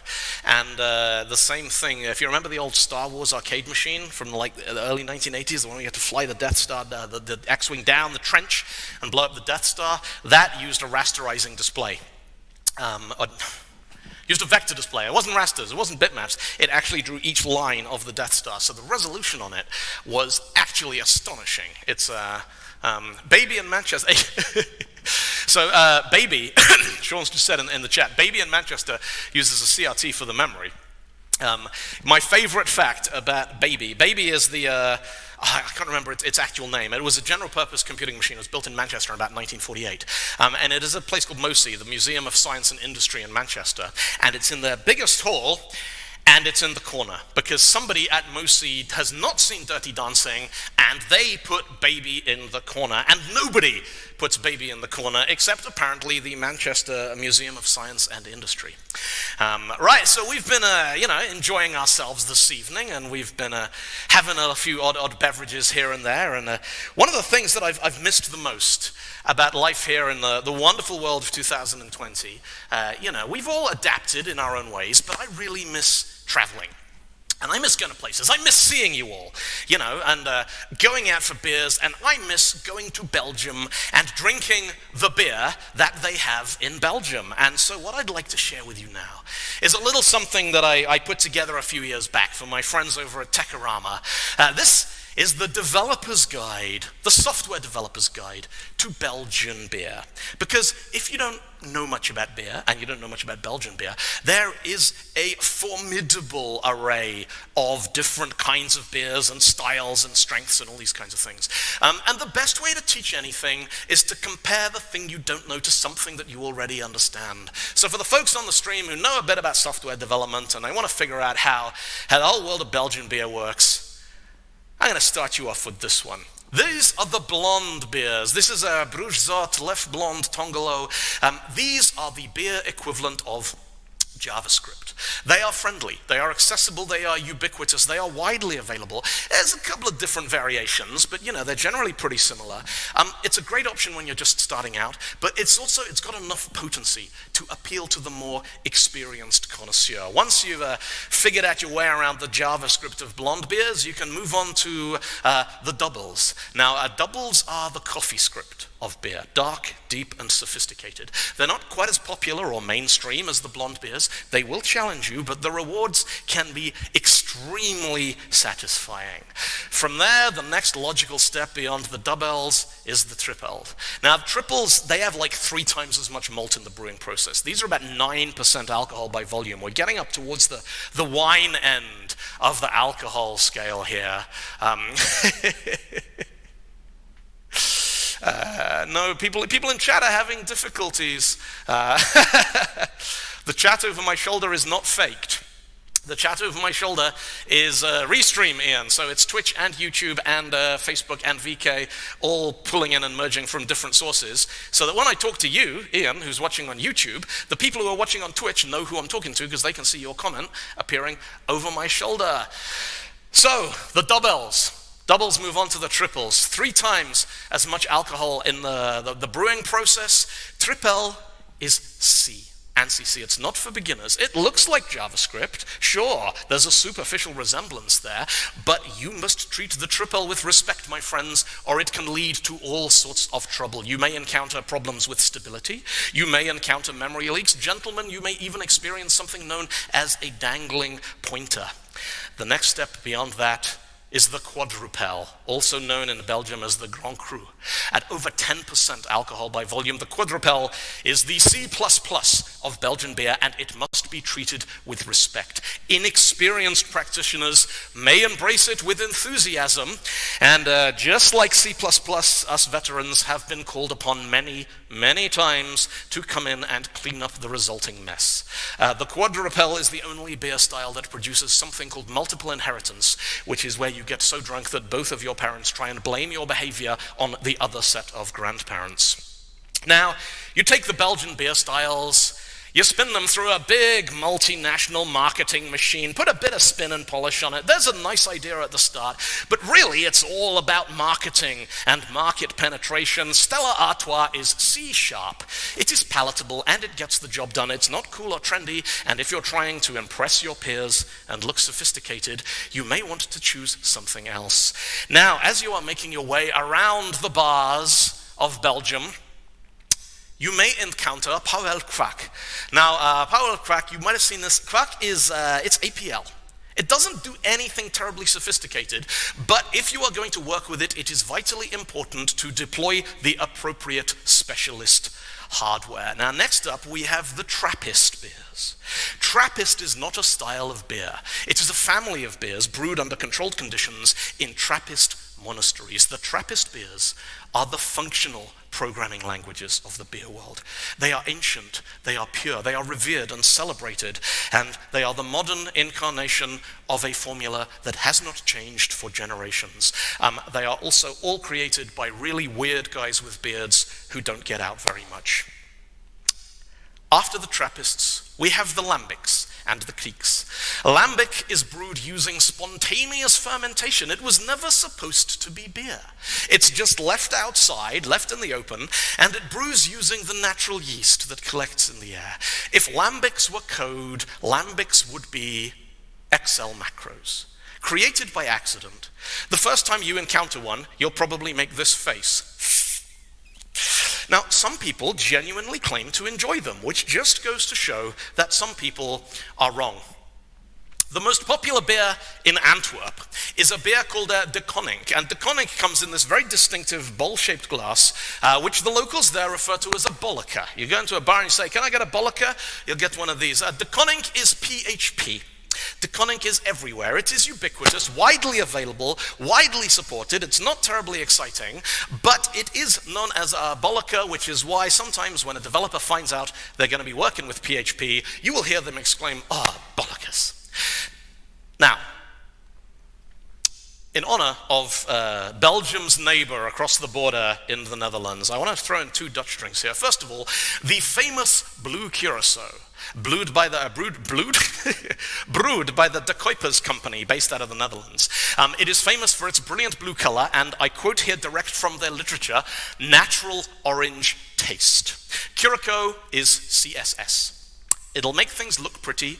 If you use too much of it, you are going to have a really horrible time, and don't even think about using it on its own. And not too far away from De Kuipers, we have Heineken, the most successful international exporter, a triumph of marketing over substance that has become wildly popular and successful all over the world, hasn't changed in ages. Heineken is the VB6 of beer, because if it is the only thing available, you are almost certainly better off just drinking your own piss. And that ends the developer's guide to Belgian beers. I hope you found that erudite and enlightening, and we're going to do another little piece of musical entertainment for you now. Is anyone out there, shout out in the chat if you've got any Bitcoin or any cryptographic currency or any things of that nature, you know, the kind of put your whole pension in Bitcoin and then wonder where all your money went. That's a nice noise. We're going to work with this noise. That's a good noise for this next one. Just switch back to my nice stage over here. That's there we go. Ah, look at that. It's beautiful.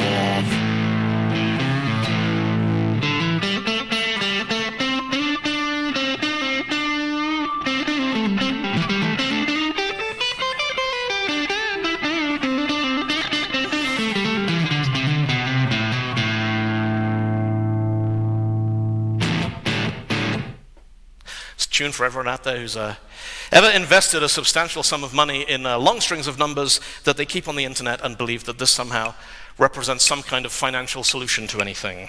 Ooh,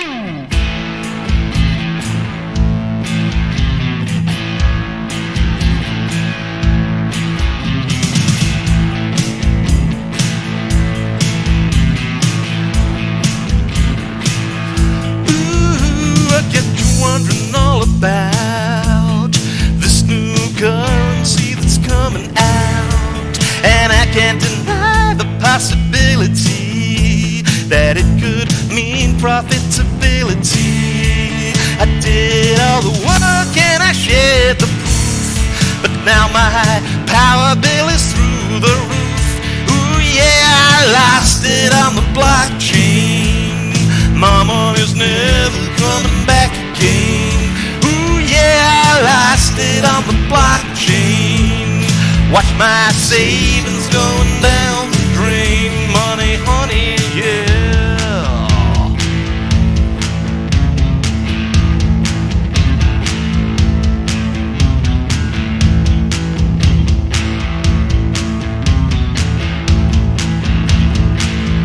Ooh, it seemed too good to be true.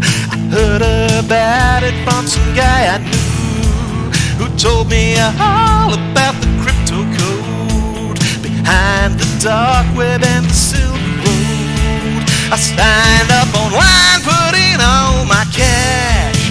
Nobody told me it was gonna crash. That's how I lost it on the blockchain.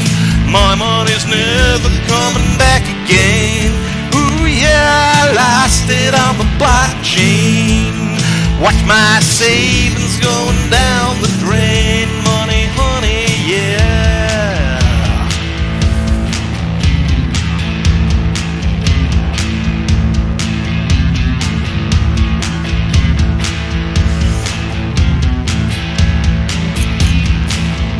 Ooh, I divested my portfolio.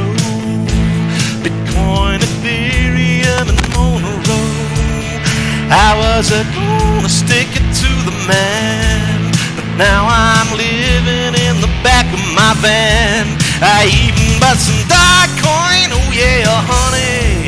Don't you know that's dog-based internet money? That's how I lost it on the blockchain. What my never coming back again. Ooh yeah, I lost it on the blockchain. What my savings going down the drain. Money, honey,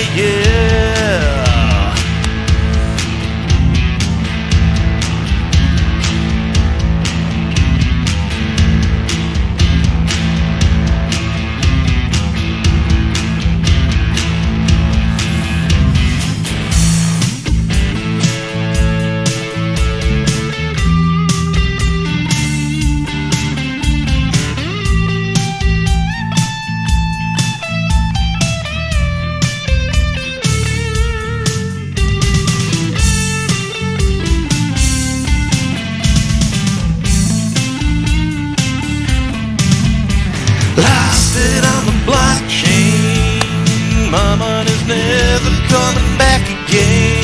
Ooh yeah, I lost it on the blockchain. My money's my even's going down the drain. Money, honey, yeah.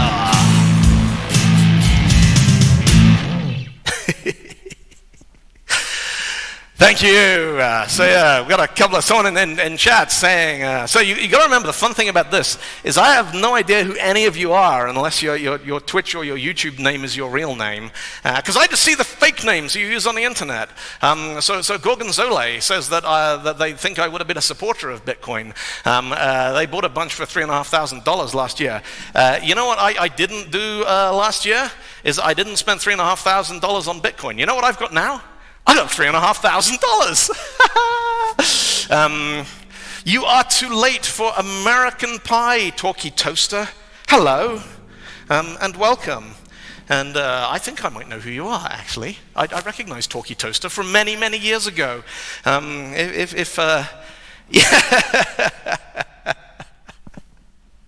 Hello, Jackie. So it's kind of weird doing these live stream shows because I have no audience. Like, I know there's people out there because I can see them in chat and I got little numbers and stuff. But I get to the end of a song and it's just like, you ever have those moments when, like, you're a kid and you got a tennis racket and you're jumping around listening to music in the house and you have a little tiny moment when you kind of realize how ridiculous that looks. I basically do that for a living now. Like that moment of going, I look ridiculous when you catch sight of yourself in the mirror. I've been doing that professionally for the last 9 months of this year. And I think it might have done something. Andres, hey, yeah, I remember. How you doing? Yeah, I've basically spent the entire year looking at myself in the mirror playing a tennis racket and going, all right, this is apparently what we do now for a thing. So, I want to talk about something real. I want to talk about something that is, something that kind of is a bit of a joke. Maybe is a bit of a joke, maybe isn't a bit of a joke. I'll let you work it out. Because first of all, I want to do a little programming lesson. I'm going to teach all of you about a programming language that I love very much, which is a programming language that is called, let me just check one setting here, just to make sure that we're not going to have another interesting, yeah, that should be all right. I want to tell you about something that Sam built. And Sam is Sam Aaron, and Sam is here in this picture on the stage at the Royal Albert Hall with a lot of real people. Oh, the t-shirt, by the way. The t-shirt was a present from my brother and his wife. So thank you, Dan. Thank you, Morv. T-shirt is awesome. I love those. Let me come up a little closer so you can. They get me these shirts t-shirts every Christmas and every birthday, and they have the most impeccable taste. And yeah, you know, that's Leonardo da Vinci proving that the guitar rock and roll is the basic fundamental state of humankind. So.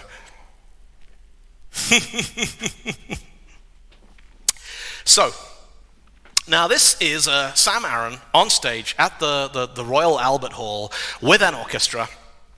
And Sam invented this. Sam invented a thing called Sonic Pi, and Sonic Pi is a musical programming language. Sonic Pi was designed to, it's called Sonic Pi because it runs on Raspberry Pis, and it's free software. So you can get a computer for like 10 quid. You can plug it into your TV, you can install Sonic Pi on it, and you can learn to program by writing code that makes music. And the simplest instruction in Sonic Pi is you say, play A3. And it plays A3, and you go, all right, that's nice. And then you go, okay, now Sonic Pi is the only language I know that executes every command in parallel unless you tell it not to, which is interesting. You know, imagine if JavaScript did that. So if you want to put rhythm in your music, you put in these little loops, put in delay statements, put in sleeps. But of course, Sonic Pi is a programming language. It has loops. It has flow control. It has funereal bass lines that just play A, but that's all right because we're going to mix things up a bit. We're going to do use BPM. That stands for use beats per minute. So we're going to crank the BPM up here up to 244. And then we're going to tell it, instead of that sine wave, we want to use a synth noise called the tech source. And that's going to give us this. And that's kind of cool. Randy was in the audience for Sam at the Royal Albert Hall. Oh, that's fantastic, Randy.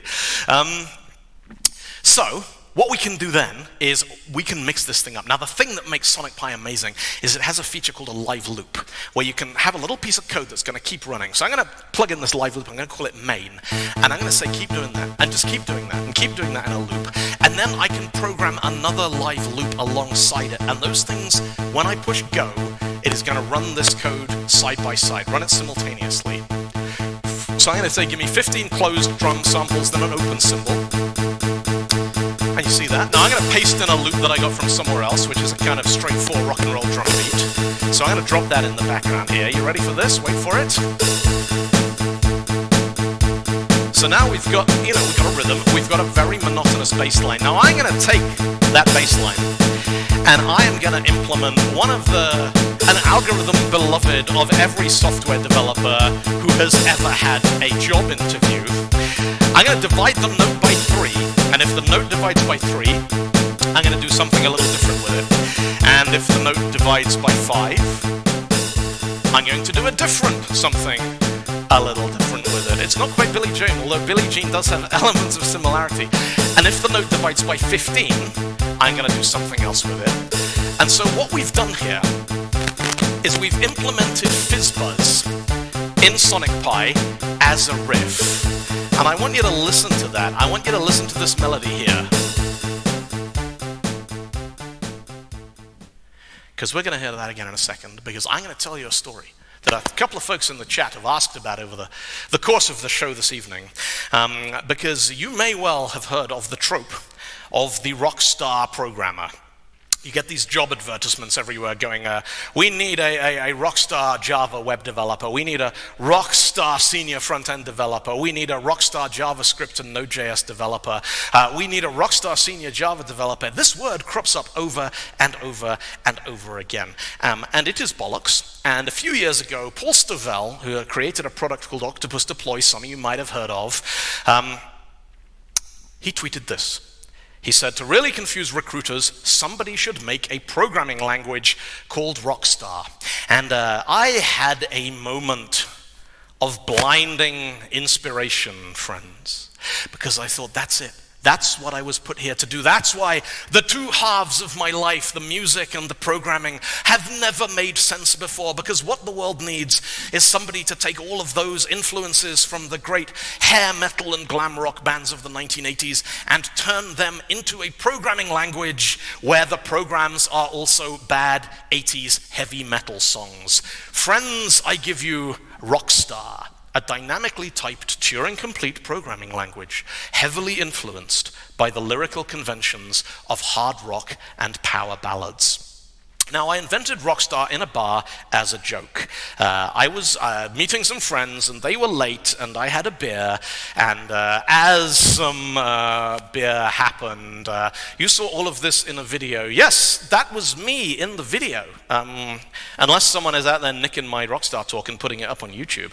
But as far as I'm aware, I'm the only person in the world who is simultaneously capable and stupid enough to invent an entire programming language as a joke and run it with a reference implementation. Or maybe not, I don't know. But the 80s heavy metal thing, that's a little bit. Anyway, so I was in a bar with my laptop and I thought, right, let's make a parody specification for a language that might exist if anyone was ever dumb enough to implement this thing. So I thought, how do you turn rock and roll lyrics into program code? And it's like, well, Hello World is the classic. And of course, rock and roll has no, square brackets and angle brackets and punctuation and all these kinds of things. It's just got lyrics, it's got words. So you want to say hello world, you just say hello world. But of course rock and roll is about emotion. Maybe you want to scream it or whisper it or shout it. These are all valid outputs.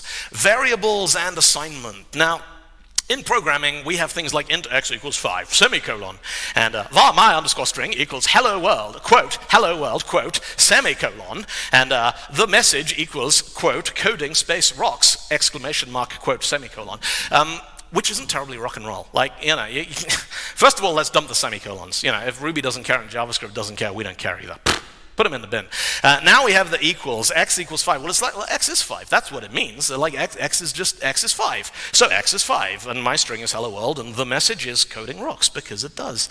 Now, I saw a talk that Douglas Crockford gave a few years ago, which was called The Next Generation of Programming Languages, where he's basically taking all of the things that we don't even talk about because they are too heretical to even consider revisiting them. And he's like, look, you ever had that argument with your team about camel case versus Pascal case versus kebab case versus chainsaw case versus snake case versus left-handed Mongolian chainsaw camel kebab case snake case? What we want are variable names with spaces in them. All of these arguments happen because we have a variable name that wants to be 2 words and we can't put a space in the middle of it. Well, when you're inventing programming languages in a bar as a joke, friends, you can do anything you like. You can have variable names with spaces in them. Now, this wasn't just like you call it anything you like. I put some constraints on the grammar here because I'm that kind of idiot. So I said that you can have simple variables just like they work in dynamically typed languages like Ruby and Visual Basic. You drop them in and that's it. You declare it, it exists. The worst programming language in the world ever was Mark Rendell. Yes, it was. BS Lang, and he did BS Lang 2.0. Never heard the chart demo chainsaw case. Oh yeah, obvious. It's you alternate the spacing style. So anyway, I had these rules on the grammar, and I said, common variables, they have to start with one of these prefixes, my, an, your. So you have variables, my heart, your dream, an ocean, a kiss, the night. And proper variables have to have capital letters, so you can write poems, programs about Dr. Feelgood, Black Betty, and Billie Jean. Now, when you're writing programs, you have to initialize variables quite a lot. And normally we do that by putting numbers into them, and this is not very rock and roll. There's that Billy Ray Cyrus song with the phone number as the chorus, but no, we're not going there today.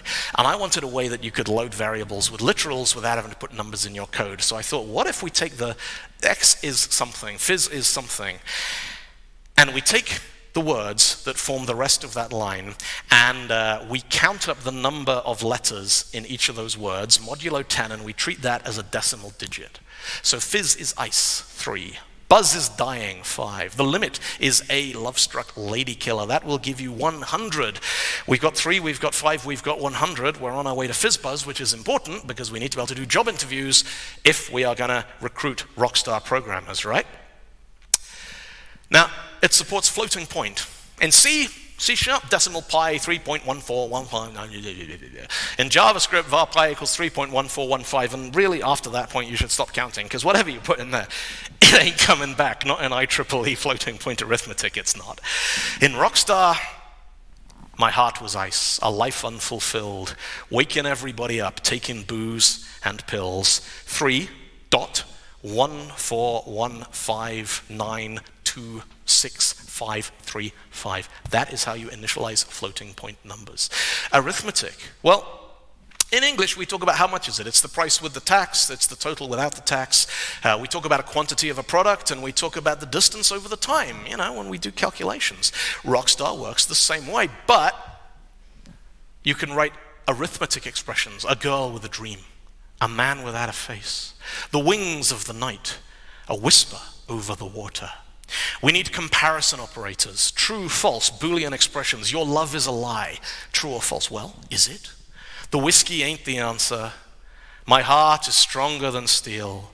My soul is weaker than water. My will is as strong as a lion. Your lies are as low as a snake. Dr. Pogs says looping again. I don't know what Dr. Pogs is. Is something looping for anyone else, or is it just Dr. Pogs? Functions.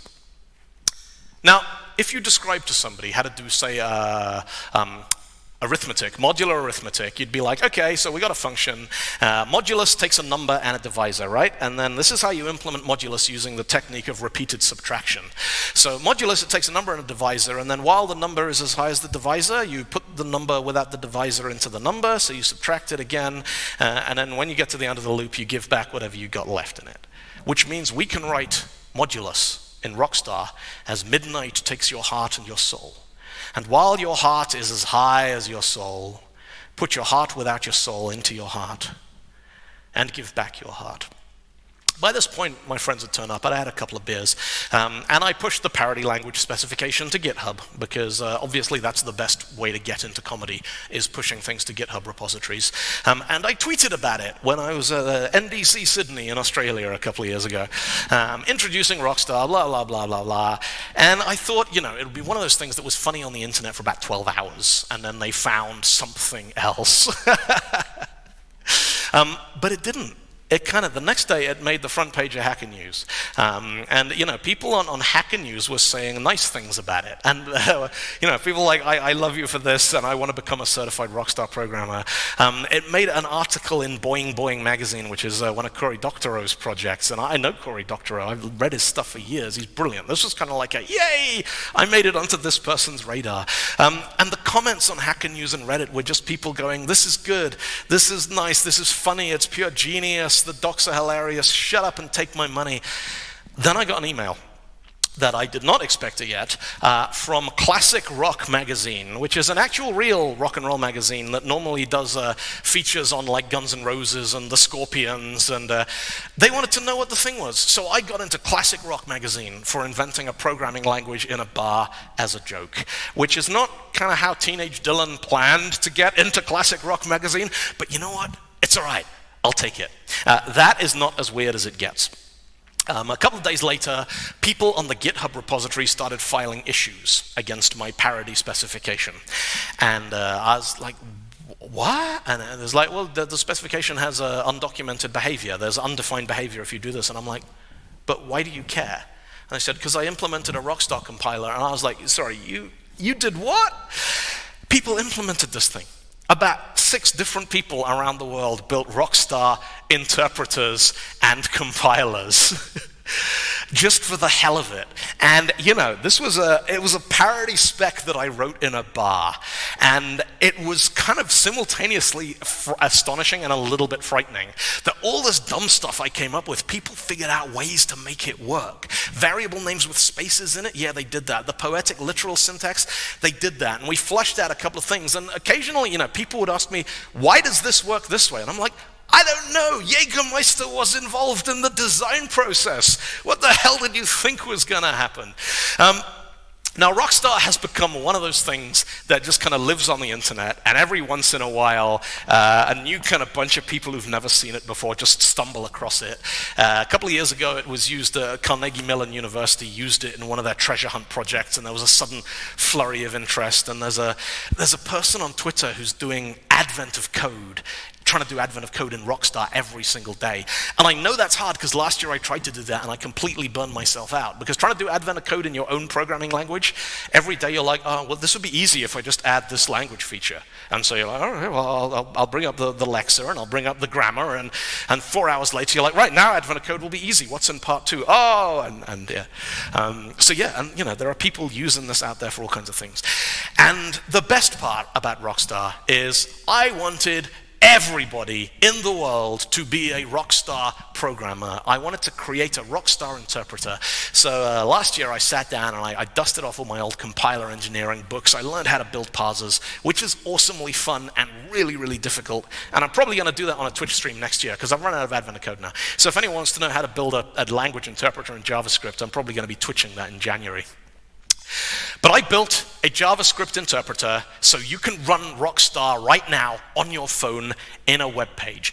Go here, go to codewithrockstar.com and type in any program you like. It is not a difficult language, and when you press rock, your program will run and you will be a Rockstar developer. Congratulations and welcome to the world's most prestigious software developer certification program. Now, I do just want to say a brief word of thanks here. That Rockstar logo that's up there on some of the stickers, and it's on the corner of the webpage there, I wanted a logo that channeled pure like 1980s rock and roll, excess, Sunset Strip, Hollywood, that kind of thing.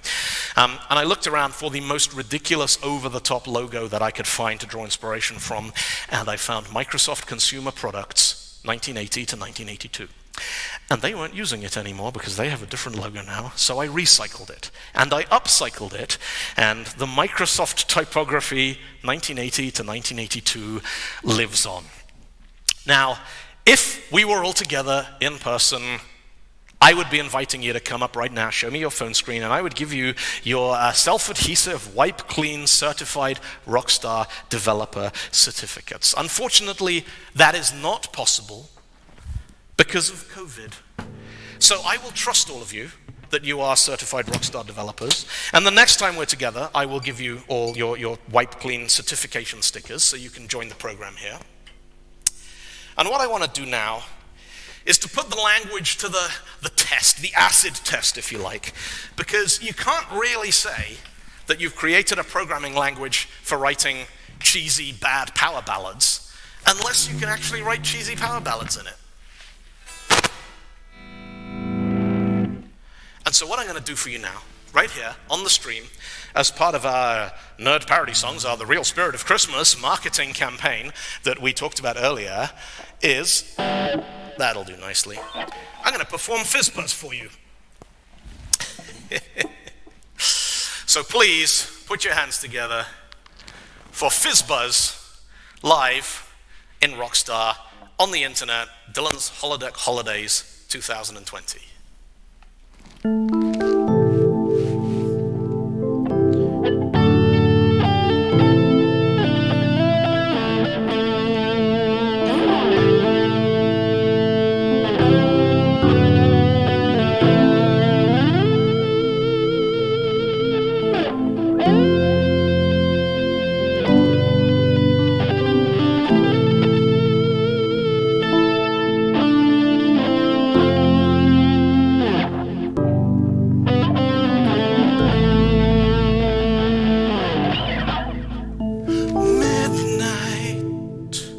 Takes your heart and your soul, and while your heart is as high as your soul, put your heart without your soul into your heart.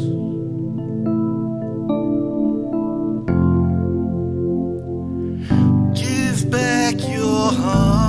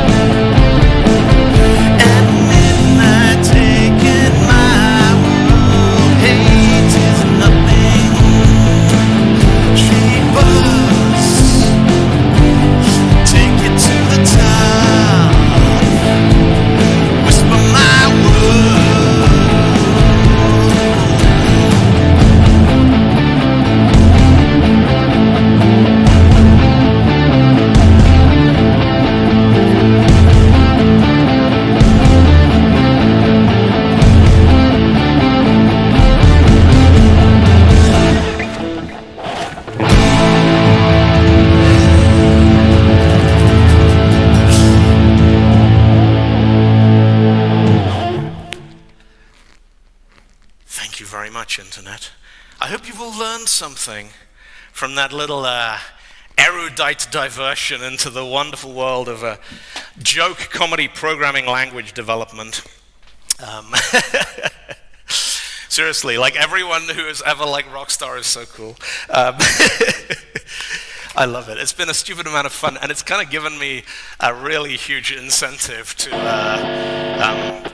learn all kinds of stuff about computer science. I'm one of those people who learns by having a problem I care about solving. You know, I never wanted to do all the chapters in the book. And the amount of stuff that has come out of working on Rockstar and just playing with it, and people's enthusiasm for it has been awesome. So thank you, everybody, for just kind of enjoying that. You know, it's really great when you create something because you just love it too much not to make it. And then other people out there are like, yeah, we get it. We can work with this. This is cool.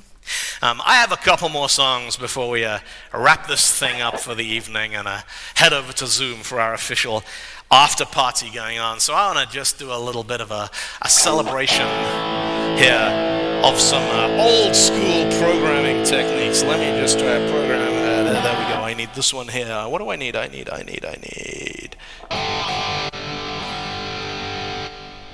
Ooh.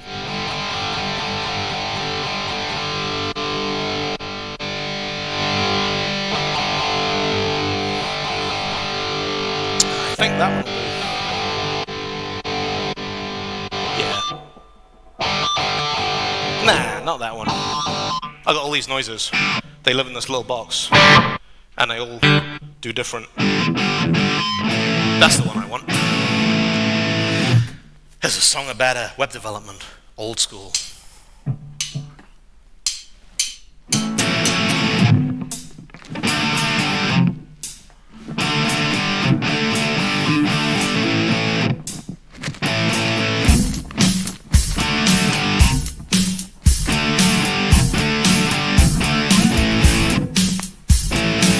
W3C, RFC, a clear a ticket and a style guide. I deploy with FTP, I run it all on the client side. Don't need Ruby, don't need Rails, ain't nothing running on my stack. I'm hardwired for web scale. Yeah, I'm gonna bring the 90s back. I'm shipping HTML.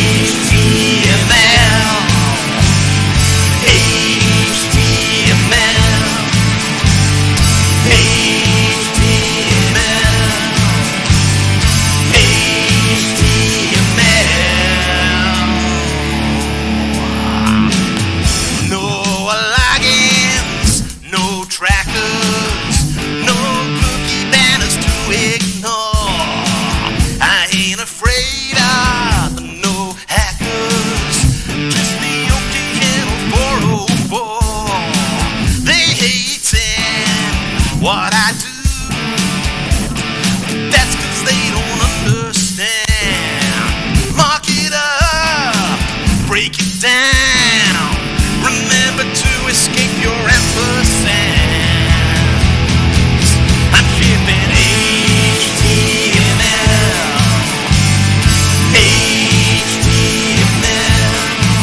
I'm shipping HTML.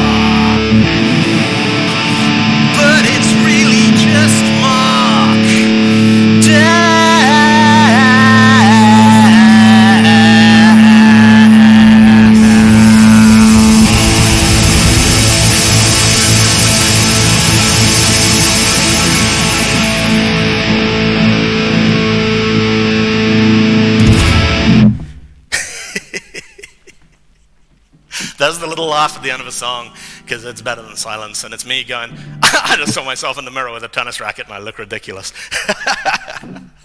I hope you enjoyed that. Let's beam in another friend of mine. Hannes, is your guitar ready and standing by? Are you ready to join us here through the power of the remote digital magical internet thing that we're going to do? Let me just cue in what I need for this one. There we go. So my good friend Hannes Loeta is going to join me now direct via tachyon-powered internet super hologram beam all the way from Belgium to help me out on the next one here. Hannes, let's hit it.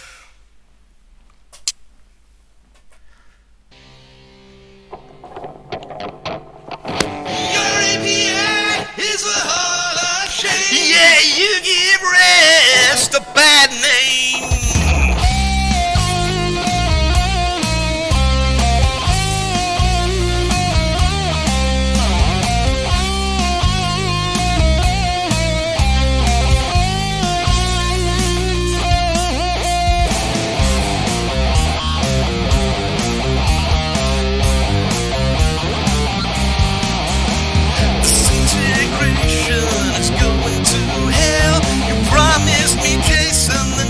XML, you say it works in a restful way, then your errors come back as 200 okay.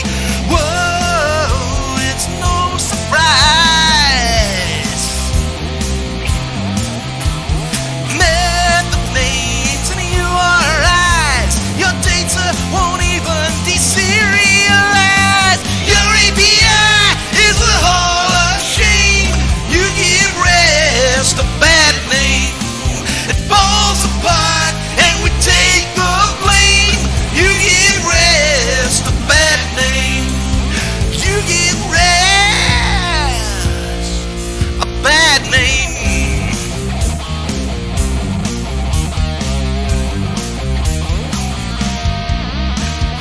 Broken methods, missing docs, updates fail cause the database locks. Breaking changes every time. Your every release takes our system offline. Whoa, it's no surprise. Method names and URIs, your data won't even be serialized. Your API is a hall of shame. You give rest a bad name. It falls apart and we take the blame. You give rest a bad name.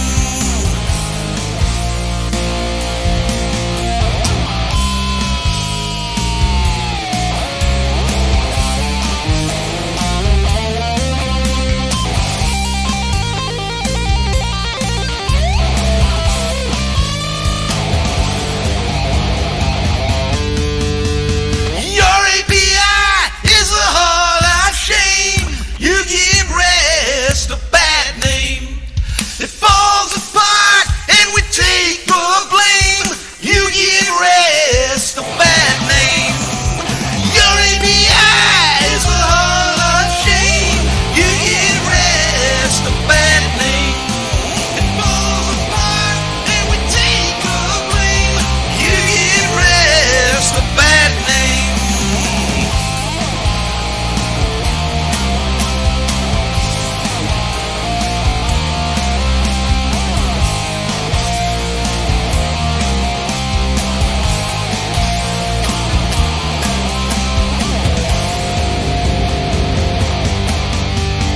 Your API is a hall of shame. Yeah, you give rest a bad name.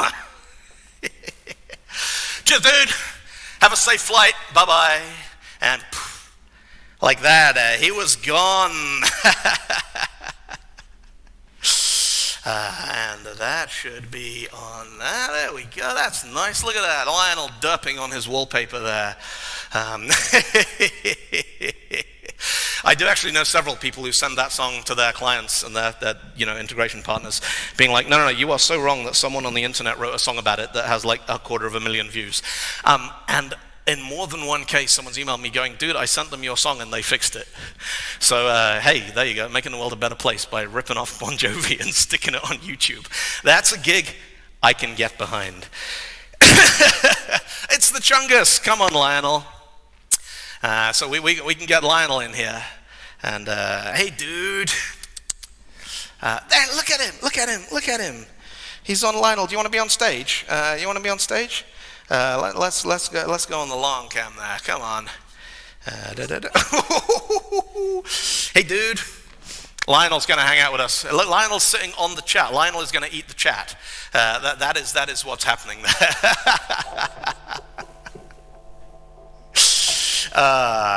Quality entertainment. Well, what the hell else are you going to do? Anyone says, oh, no, I'm busy. Right, let me just switch the hardware out here. So normally, if this is a real show, I would pretend to go off now. And you would all, hopefully, ideally, the plan is you'd all go, we want more song, or that kind of nonsense, and I'd come back and we'd all know it was part of a gimmick. But I don't know, have any of you noticed the thing? Like when reality existed and we were allowed outside, if you said to people, we're having beers on Friday at 5 o'clock, you'd get messages at like 9:30 at night from someone going, hey, it's me, are you still having beers? Are you still out? I'm sorry about those noises. Those are bad noises. And we want something a little less vigorous for the Telecaster, perhaps. There we go. And yeah, people would be like, hey, are you still out? Are you having more beers? And now, like, you say to people, we were doing Zoom beers at 5 o'clock, and like you get a message going, oh yeah, well, I didn't see it until 12 minutes past 5, so I figured you were finished. It's like, we got nothing better to do. We just sit around on the internet and drink the whole time. Lionel's dignity is bruised. Can we do a time warp, please? Someone needs a slash. I'll tell you what, I'm going to talk crap for 5 minutes. That's what I'm going to do. So if any of you need to run and either acquire or lose some liquid in the process, I can kill dead air for a couple of minutes. You go and do your things. Of course, Lionel has dignity, Sean. All cats have dignity. They just often forget where they left it. But it's all out there somewhere. There's a large pile of cat dignity just waiting. So actually, while we're just killing a little time, let me tell you about this guitar here. So when the latest wave of lockdowns and stuff hit, I was like, I want to learn to play bottleneck guitar, which I've never really been able to do very well. So I ran out and I picked this one up. Damas wants to know about the choir. We can rerun the choir at the end if there's audience demand for it. So yeah, and I got this. This is like the cheapest guitar ever. It was like £100 secondhand, and I love it. I absolutely love it. It's I've put really, really fat strings on it. So I bought it for learning how to do kind of stuff like this.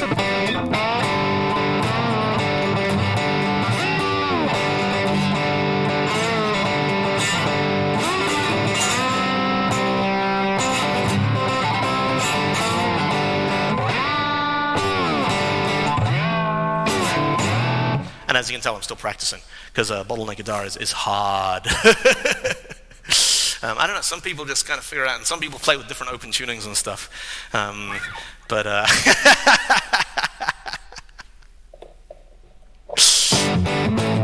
yeah, this is like the weirdest guitar. I thought it was going to be like a piece of junk that I played for a bit, and said like, Lionel, come here, buddy, come on.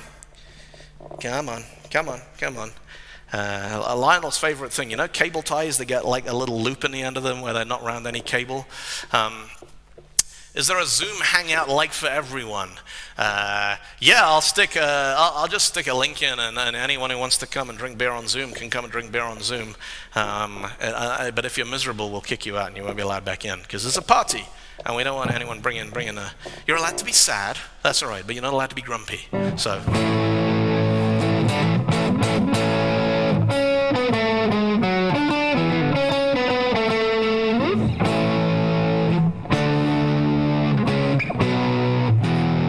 There we go. That looks pretty good. All right. right, well, Fig says I can carry on, so I'm just going to have a little small glass of my beer here. I've drunk all the good beer, so I'm drinking les premières bières françaises avec Savoie something 1664. Santé.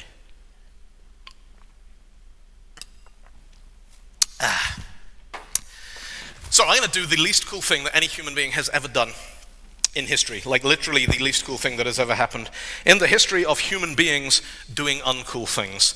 I am going to play a cover of a status quo song that has been rewritten to be all about working on an IT help desk. This is a real thing that it exists, and I know it exists because I made it.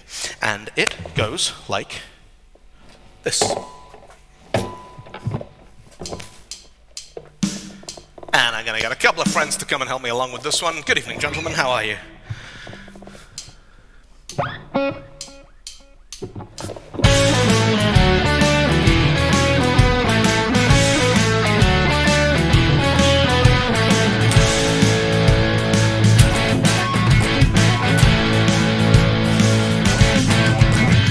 Hello, help desk, how are you today? Problems with the internet, you say? Says here that your Google has gone weird. Let's check that your browser cache is cleared. You ready, guys? Turn it off and on again. Check the power supply. Work, but now it's gone again. One more thing that we can try. Press control and try again. Works, we don't know why. System is alive again. Well, thank you for calling goodbye.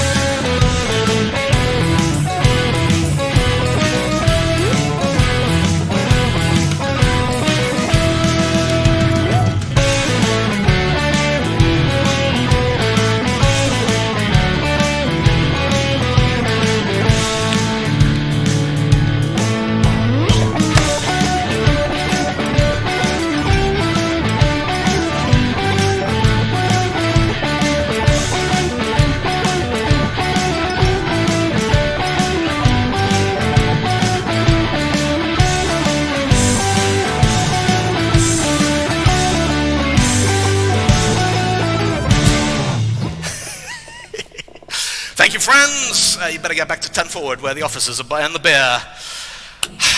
Thank you, Dylans. I have one left for you. Just the one. And it's one that it's a little bit special because it's actually 5 in one. So whether it's 5 or 1, it depends kind of what a system you're counting in. But I'm going to leave you now with something, a little musical tribute. Now, I don't know if you know this, but Stella McCartney's dad used to be in a band with Yoko Ono's husband a couple of years ago. People trading on the success of their partners. I think it's disgusting. But they had a couple of hits, which were kind of entertaining and kind of fun. And I'd like to close out now with a little help on the songwriting here from my good friend Vagyef on some of these. And we're going to close that with this. Not that, this. And that, and that, and that, and that, and there we go. And here we are. Look at all the data context. Oh, look at all the data contexts. Entity framework reads all the rows from a database on your machine into a stream. All of the memory you bought so your API wouldn't be slow. Where did it go? All the data contexts, where do they all come from? All the data contexts, what are we doing wrong? Entity tracker working so hard to detect any changes in state. Intention is great. What's gonna happen when there are multiple threads with concurrent updates? Should they all wait? All the data contexts for every new request. All the data contexts we don't know how to test. All the lazy loading we don't know what it's for. It can't be that important. It's not in EF core.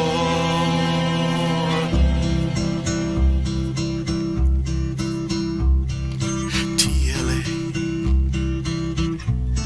I don't know what you're trying to say.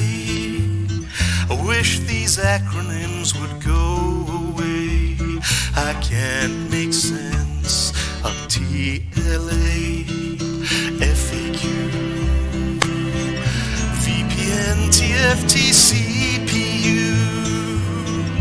Maybe they all mean something to you. For what it's worth, I hope they do. Y2, KVB, IoT, and SDK.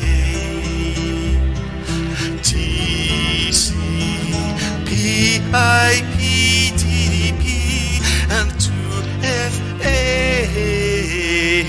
RPC. XML over HTTP, ASCII, EBCDIC, or PHP. Philo, FIFO, or FTP. Now the AMIAM's gone MIA. So say RIP, IPO, and SLA.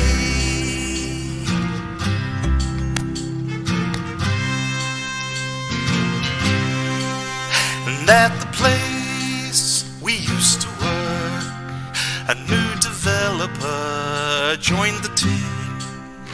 And he told us all about how to virtualize a machine. The server fans were really loud, and somebody had nicked the screen. So we moved it to the cloud, and now the monitors are evergreen.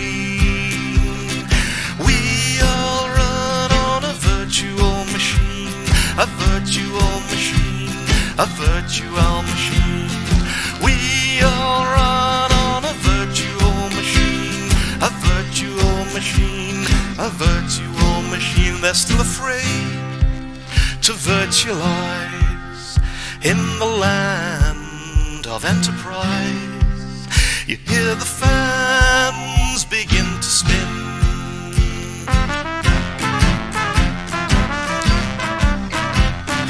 We all run on a virtual machine, a virtual machine, a virtual machine.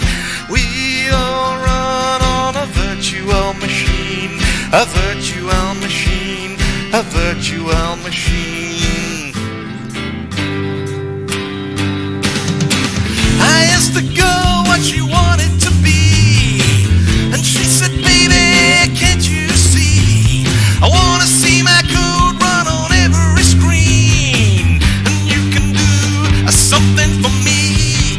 Baby, you can port my app, 'cause multi-platform's where it's at. Baby, you can put my app, and maybe I'll hire you. I asked the girl, isn't iOS enough? She said, boy, you don't get this stuff. Working for hipsters is all very fine, but you gotta run on Android to have a good time. Baby, you can port my app, multi-platforms where it's at. Baby, you can put my app, and maybe I'll hire you.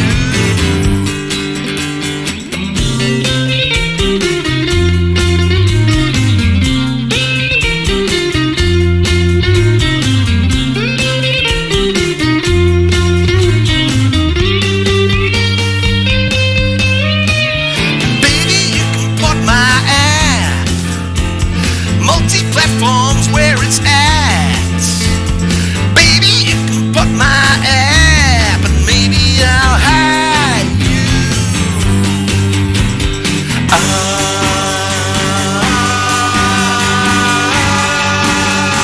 Yeah!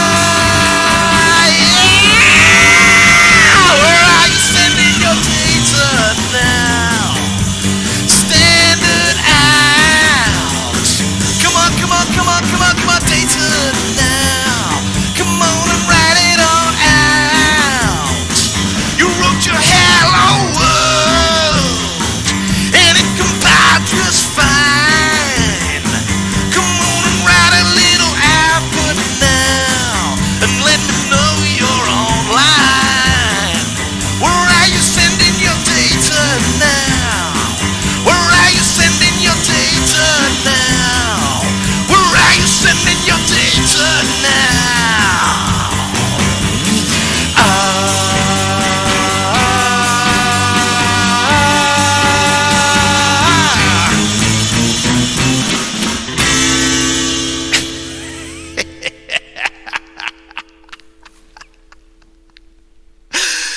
Thank you very much, Internet.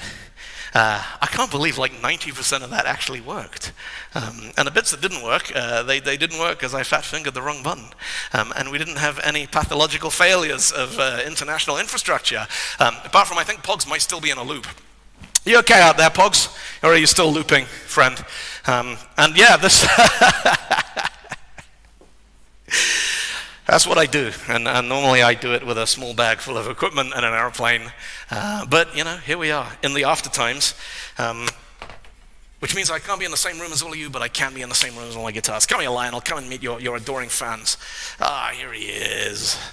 Lionel, oh, that's Lionel doesn't make a noise unless he's really angry. So, here he is, Lionel, smile, come on. Wish the Internet a Happy New Year. And tell them that you love them all very, very much. Yeah. Aww. Right. Well, I don't know about you folks. We got an after party to get to. I am wondering what's going to happen if I stick a if I stick a Zoom link in a stream which currently has 73 people on it. So this is the internet equivalent of all back to mine. Hang out in the chat for a couple of seconds. I'm going to drop a link in there to a Zoom party. We'll see who shows up. I'm not afraid to use the breakout rooms if it becomes unmanageable. Thanks for tuning in, gang. That was entertaining and fun, and it's kind of been a lot of fun putting together. It's been a lot of fun to do. I sincerely hope we can do it all on a proper stage with lots of bouncing, sweaty, sing-along type people. But in the meantime, have a good Christmas, Happy New Year. Bear with me 1 second. I'll dig out a Zoom link. I'm gonna do the thing that I said I wasn't gonna do it. I'm gonna do it. I'm gonna show you reality. Gonna switch for. There we go. So that's real life. Or that might be real life. Yeah, it is. Look at that. All of this evening's entertainment has been coming to you from that over there, by the way, that's the furniture in the Christmas house. And that down there is the flashlight. You can't see it, it's behind the guitars. And that's the umbrella light, and this is my audience for the evening has been all of you up on there. I've actually been playing to these people here. These are the Lego women of NASA who live underneath my camera when I'm doing remote presentations and stuff. So they're the people I remember. If I put on a good show for them, I figure the rest of you will have a pretty good night of it. Yeah, and that's what I do. Anyway, let's fire up a Zoom call here. Let me drop that in there. So just regular, ordinary webcam, like in the olden times. And what do we got here? We've got a... how does Zoom work? Does anyone know anything about internet technology? Let's have a look here. Yeah, that ought to do. Nope, hang on. Yeah, that'll do. So I'm gonna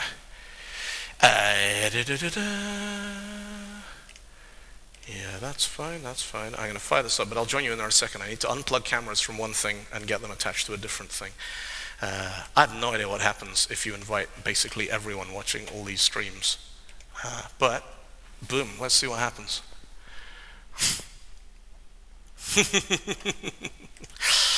And okay, that worked. Louise is here, Chris is here, and they can still hear me on Twitch, which means they're about to get the most horrible case of loopity-loop that's ever happened. So I'm gonna dive over here, and I'm gonna stop streaming on OBS, and I can't find OBS. I've been standing up too long. It's right. End of stream, gang. See you on Zoom. Take it easy.